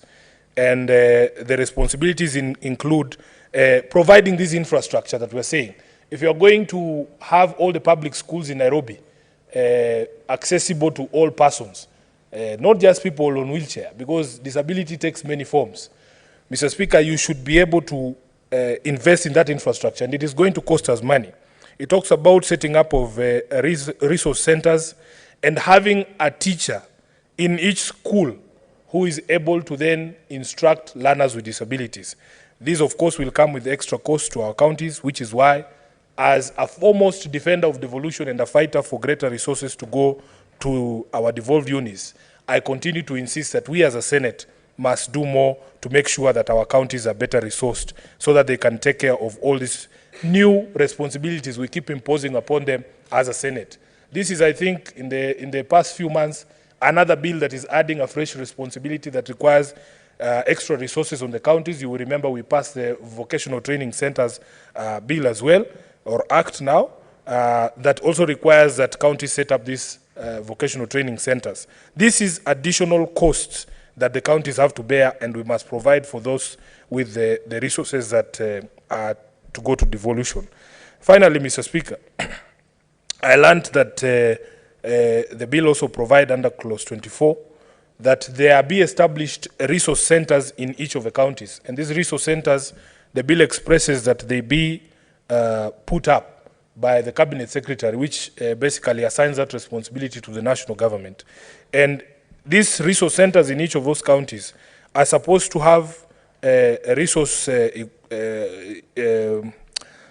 equipment, sign language interpreters, and something that is referred to as a shadow teacher.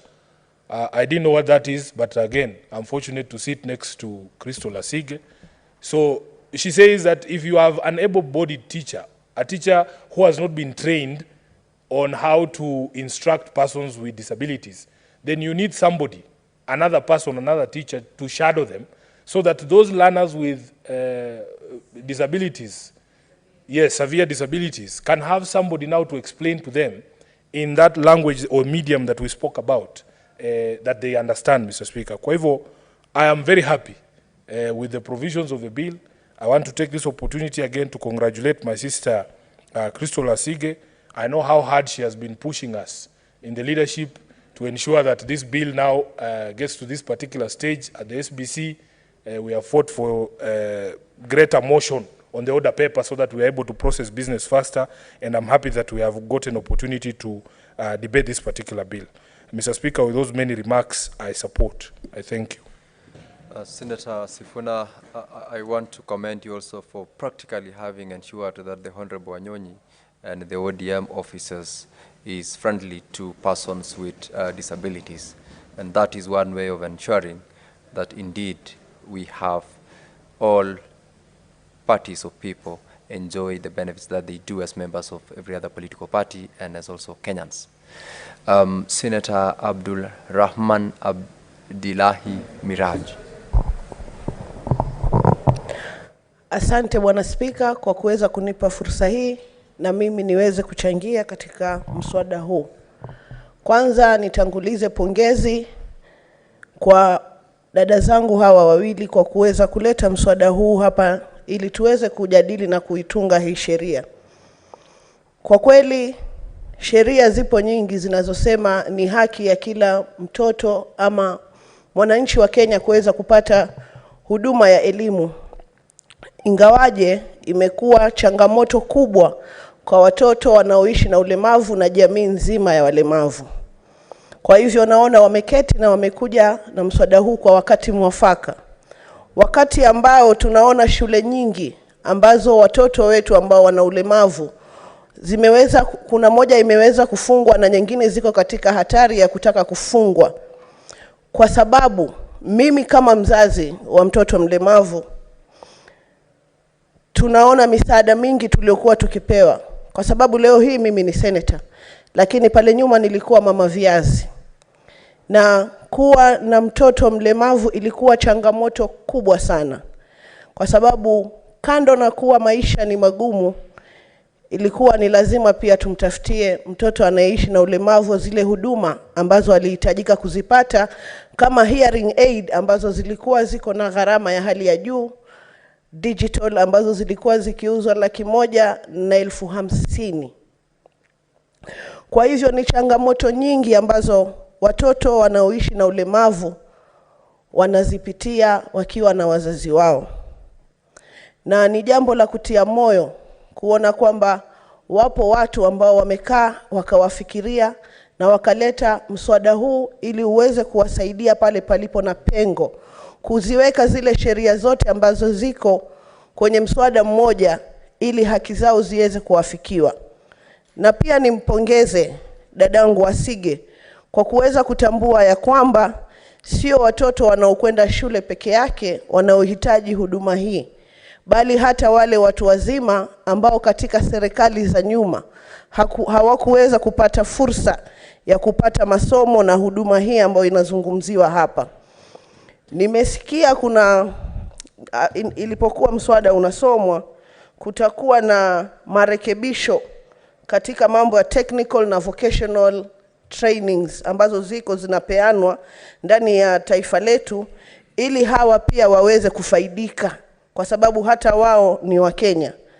Na ni kweli yale muma ambayo amesema seneta mwenzangu ya kwamba sisi wazazi ama jamii ambao wanaishi na ulemavu sana tumekuwa tukipokea usaidizi kutoka kwa mabwenyenye ama wafadhili ambao sio serikali. Kule Mombasa ningependa tu kumtambua na kumpongeza bwana mmoja anaitwa Hasubai wa Mombasa Cement, ambaye amekuwa akipeana shilingi 7,000 kwa kila familia baada ya kila miezi mitatu. Huyu mfadhili wetu amekuwa pia akilipia wanafunzi shule karo na huduma nyingine ndogo ndogo ambazo ukienda nazo ikiwa mtoto wako ni mlemavu ama unaishi na ulemavu anakusaidia.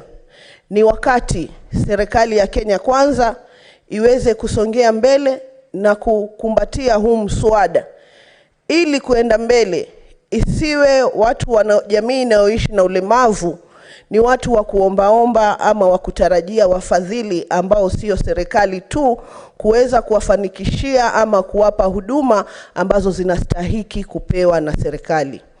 Nilitangulia kusema juzi ya kwamba serikali ama urais ni taasisi ambayo inaendelea. Kwa hivyo ningeomba katika legacy ambazo rais wangu kipenzi ataziwacha, iwe mojawapo ni kwamba jamii ya walemavu watapata huduma ambazo wanahitaji kuzipata katika serikali ya Kenya Kwanza, ili serikali zitakazokuja zikumbatie na kusiwe na tashwishi katika maisha ya mlemavu yoyote katika taifa la Kenya. Asante Bwana Spika. Senator Wambua Enoch Kio.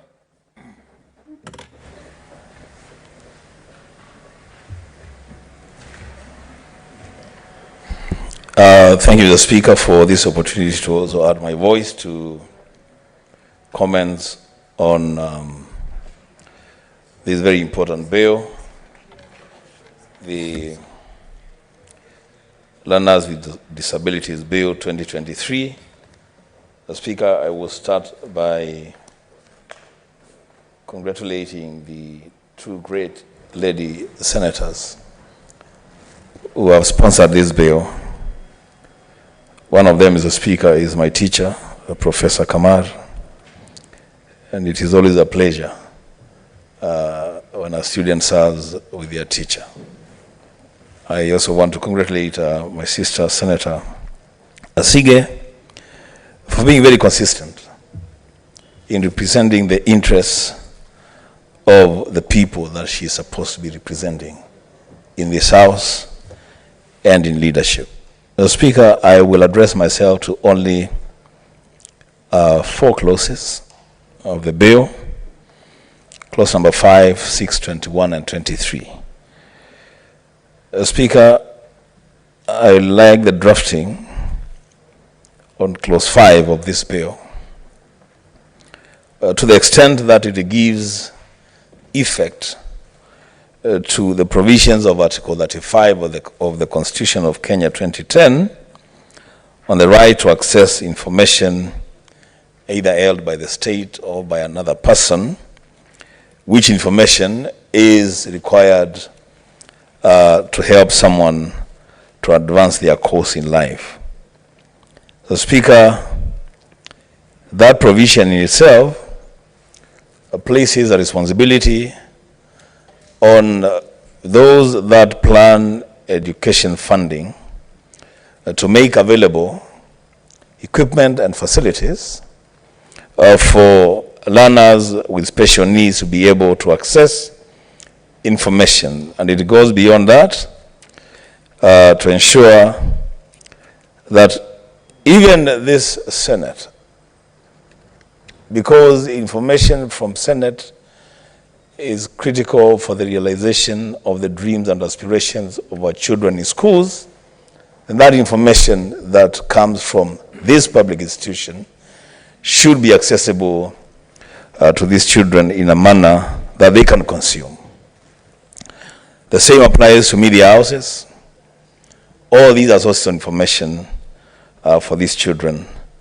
And as a Senate, then we have an opportunity to make sure that our children that go to school and they have special needs have access to this information in a format that they can consume.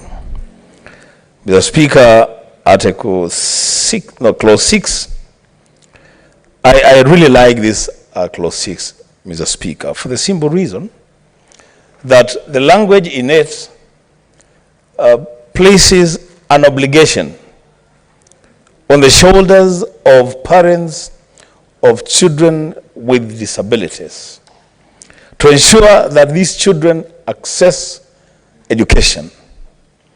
The Speaker, we all know that there are some parents that when they are blessed with children with special needs, they want to hide them in their houses. They don't want them to get out. They don't want them to meet people. The Speaker, I like the wording of this clause and the use of the word shall, because then any parent who does not make it possible for children with special needs to access education, then is liable to a fine which is stipulated in the clause. The Speaker, I want to go to Article 21, Clause 21, sorry, which actually should be read together with Clause 6.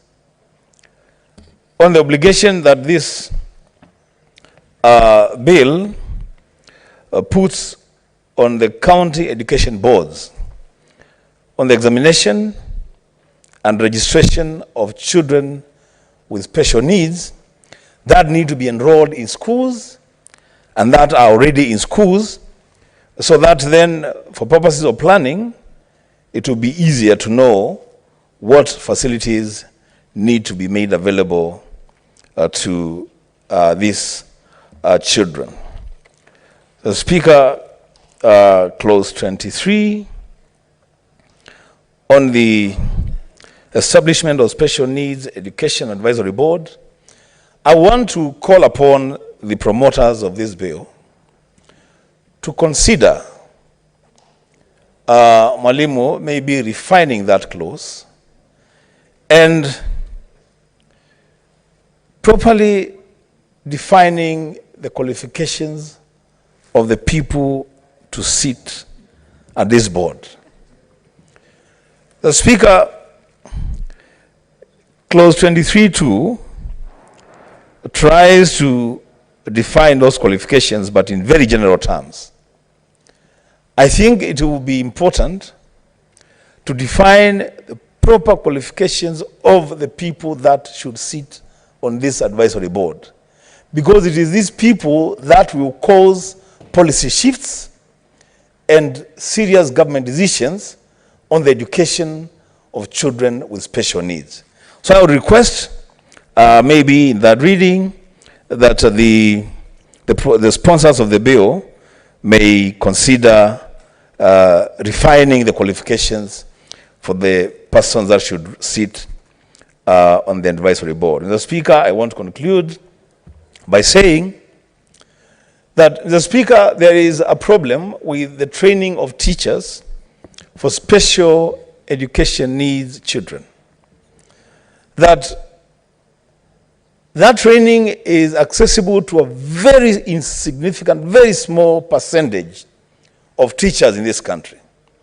And that the teachers that have had the privilege of going through the Kenya Institute of Special Education, then they are so few that they cannot be really effective. Mr. Speaker, I would suggest that the promoters of this bill may also consider a clause that makes it mandatory to integrate special needs education in the curriculum for training of teachers in teachers training institutions.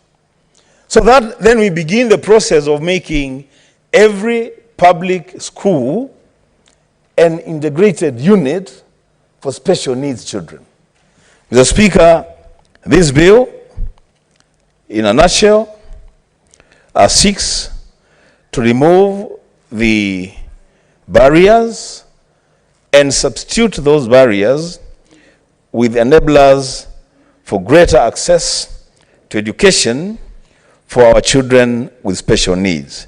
And for that reason, Mr. Speaker, I fully support. I thank you. Thank you very much, Senator Wambua. Senator Mugatana Danson Buya. Thank you, Mr. Speaker. Mr. Speaker, I rise to support this bill. I want to say a few words, Mr. Speaker. There is an old man who had a child back home in Tana River County.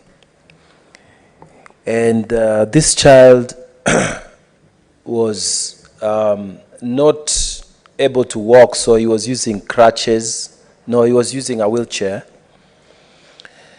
So the question that he was asked is, why is it that you want him to go to a school where everybody is going to school and not to the nearby school where there are other children who have various forms of disabilities?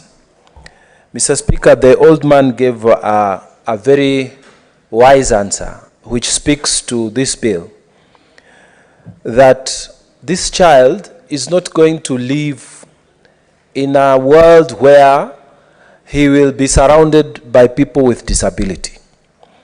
So he has to live and integrate in a school system that makes him get used to living with people who are differently abled and also with people who have full body functions, because that's the world that he's going to live in when he grows up. Mr. Speaker, this small illustration speaks to the fact that there is really serious need for county governments and national government to make special allocations for infrastructure improvement for children with different disabilities. Mr. Speaker, I support this bill because it starts attesting or attempts to solve some of the problems that are affecting children who are differently abled. But Mr. Speaker, there is another problem, and I wish this bill would insert that clause somewhere. Because this same old man said, although it was his wish that this child will continue to live and to go to school in the same school until he finishes primary school,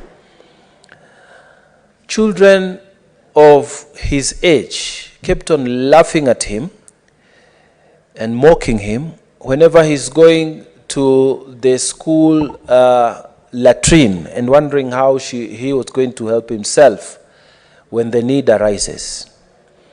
So the father started providing diapers, but over time, the psychological damage on this child affected him to the point that he had to drop out of school, and the parents had to look for a different way to get him educated.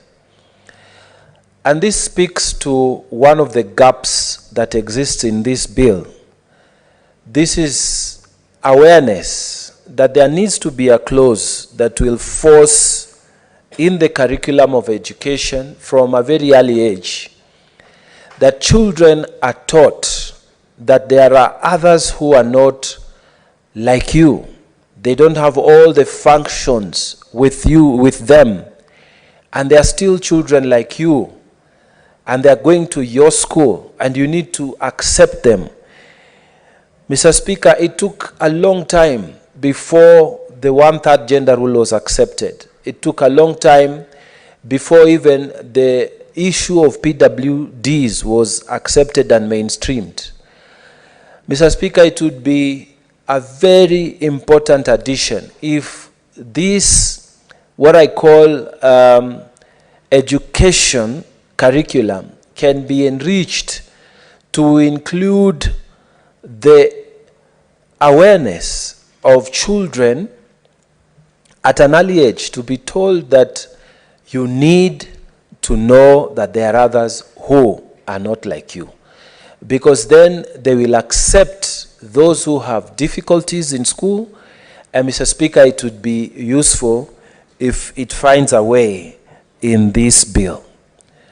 Mr. Speaker, I also wanted to say that children with disabilities, they come in different formats. It's not just physical. And the bill does not seem also to, which is another gap that I hope the promoters will look at, and I know Professor is a very thorough person, so she's writing down, that these children, Mr. Speaker, it's not just a physical disability. There are those who have ADHD, there are those who have CP, there are those who have problems, even just, intellectual quotient, which is very low. And there are those who just lose their motor skills. Mr. Speaker, they become vulnerable. So the gap I see in this bill is there is no special provision for protection of these children. Mr. Speaker, already we know that children, even normal children, have been taken advantage of by predators. But this becomes doubly serious with children who have various deficiencies, and they cannot even talk or even defend themselves or even say anything about what has happened to them. So, Mr. Speaker, we need to have a clause or a provision that creates that extra responsibility. Not just parents to take these children to school and leave it there, but that extra responsibility given to those caregivers who receive these children and spend the day with them. That this bill should give special protection to these children so that they are not taken advantage of when they are brought to those learning areas. Otherwise, Mr. Speaker, I'm very happy with the Honorable Senator Kamar and Senator Crystal for the work they have put in this bill. And I really want to encourage them to keep going. We shall support them all the end. And I hope they will listen to all the ideas which are being proposed here so that they can move the necessary amendments when the bill comes to the committee of the whole. Mr. Speaker, I thank you. I yield the floor. Thank you. Senator Siango Kalunda Beth.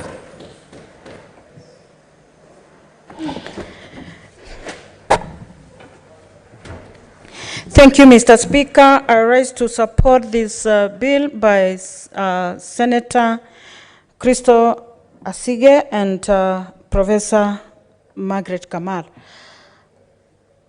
But, Mr. Speaker, sir, allow me to start by talking of disability and culture. We know in Kenya that there are some communities that believe in their culture that if they give birth to a child with a disability, it is a curse, maybe it becomes a taboo, and they end up hiding their children in the houses. They lock them up. They don't want people to know that they have children with a disability. These children are not taken to school.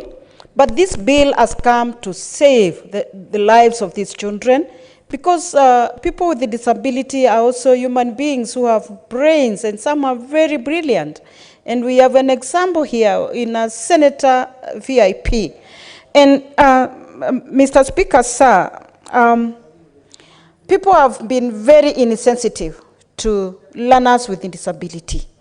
And sometimes even the comments we make, the way we treat them, the way we even live at home, and the speakers who have spoken before me have also alluded to that fact that buildings and institutions that are not sensitive to people living with disability, and this makes people with disability not even to access where other people are seated or where they are transacting business.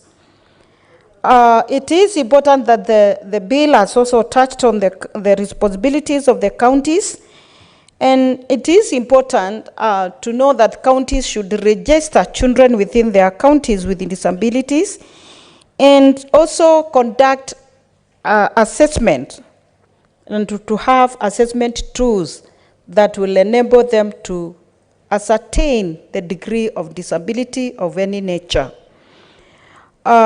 Mr. Speaker, it is important the bill is also touching on the TVET institutions that must be resourced to handle learners with disabilities.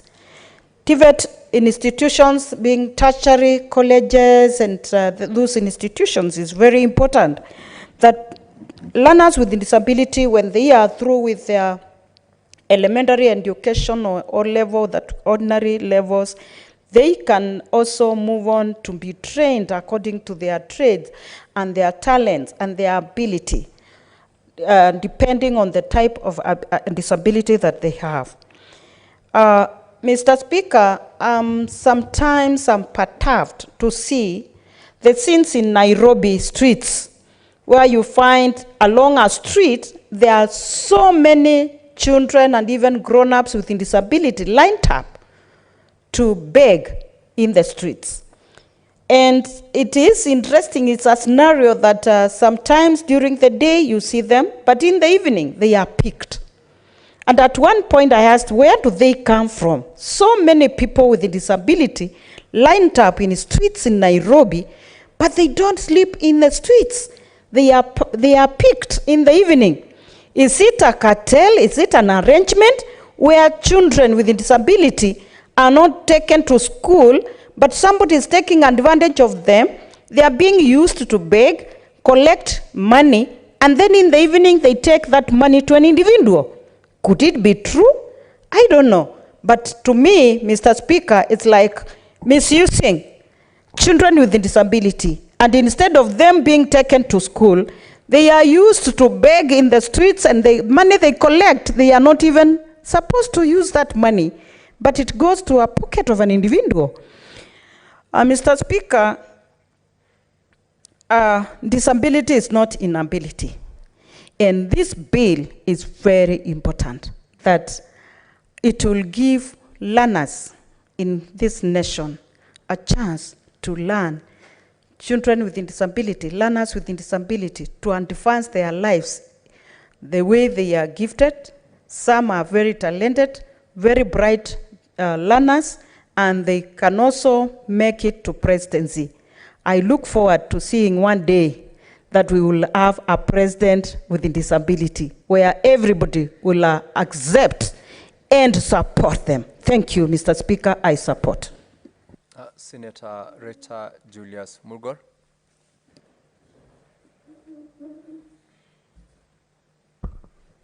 Thank you very much, Mr. Speaker, for giving me the opportunity to also add my voice to those of my colleagues.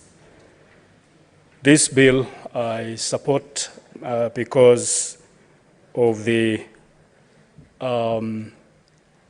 importance that it plays in the lives of those that are living with disability.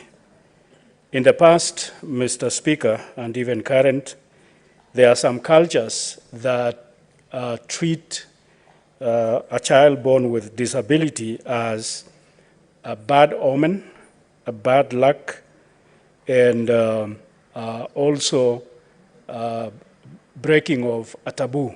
And therefore, such a child is left to live in a situation that is really terrible in some homes. And so this bill will help in the education of these children to help them be treated equally, if not even better, because of the fact that they need extra help. It will help on the training of those that help these children or people living with disability. And so it also creates a future for them because when they get educated, they will depend on themselves because they will be going through schools like any other child. And therefore, they create a future for themselves, unlike what it is in the past, such that there is no future for such a child that is living with disability. And this will also make the county governments responsible for these people living with disability and have also census or record as to how many people are in that county that are living with disability. And then also have the kind of disability to be known in records of the county, whether it is physical or any other way of disability. So it makes the county government responsible in helping and recognizing these people and then helping and finding ways of being able to help them. And then also create ways of them accessing facilities such as classrooms and even somebody mentioned toilets so that they are able to help themselves when the need arises. And so I support. Thank you very much, Senator Richa. There being no other senator interested in contributing, I call upon the mover to reply.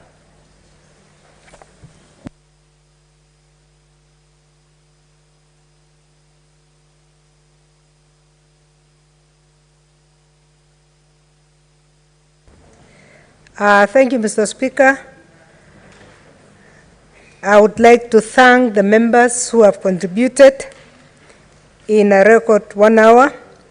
Mr. Speaker, I want to thank Senator Manso, Dan, Senator Muma, Senator Cherargei, Senator Sefuna, Senator Abdirahman, Senator Wambua Kiyo, Senator Mungatana, Senator Shiengo, and Senator Murko. I thank all of them for very, very informative presentations that they have made. I want to assure members that we'll take note of every comment that they have given. I don't want to outline each one of them. Some of them are in the bill. And I want to assure members also that the Committee of Education finished going through this bill, and Senator Nyotu, the chair of the Education Committee, will be tabling the report just before we go to the third reading, the committee stage of this bill. So we'll be able to add more.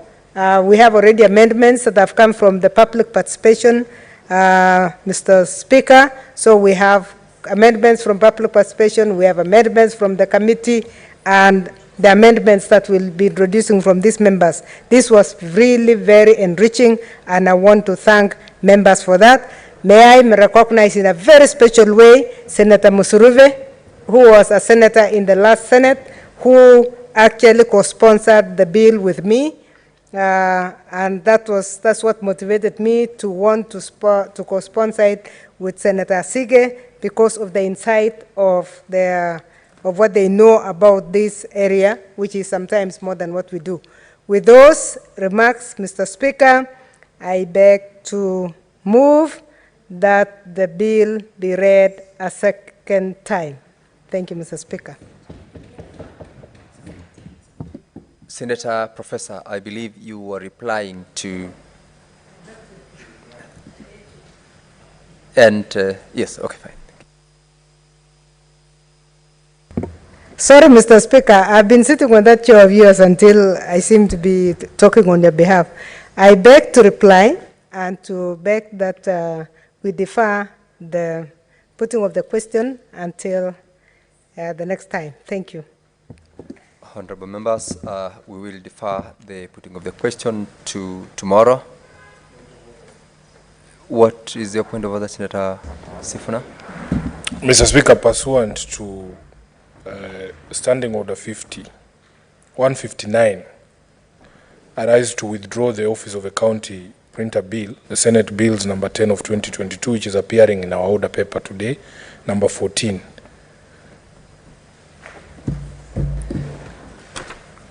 Clerk, take note that is a order number 14, the office of the county printer bill, Senate Bill number 10 of 2022. Senator Sifuna, that is noted, and the same is deemed withdrawn.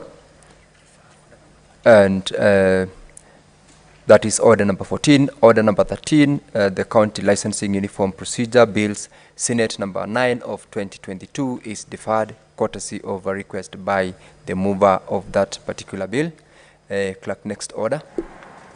Order number 15, the Agricultural and Livestock Extension Services Bill, Senate Bills number 12 of 2022, second reading.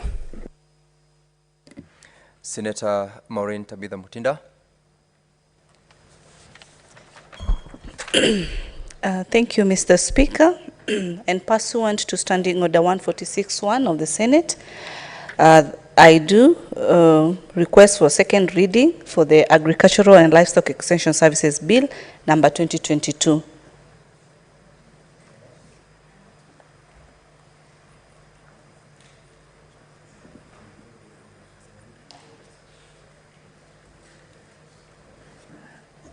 Mr. Speaker, I do beg that the Agricultural and Livestock Extension Services Bill be read a second time. Thank you. Mr. Speaker, sir, let me first begin by thanking the Agricultural Committee and Livestock for carrying out a public participation on this bill. I want also to thank the Clerk of the Senate and the Speaker of the Senate for facilitating the development and publication of this particular bill, Mr. Speaker. I do proceed, Mr. Speaker, to state that the principal objective of this bill is to provide for development and provision of agricultural and livestock extension services. Currently, there is no legislation, Mr. Speaker, exclusively providing for this important aspect in the agricultural and livestock sector. Senator Mutinda, Honorable Senators, it is now 6:30 p.m., time to adjourn the Senate. You will resume, Senator Mutinda, you've got a balance of 59 minutes in the next sitting, and therefore the Senate stands adjourned until tomorrow, Wednesday, 14 June 2023 at 9:30 a.m.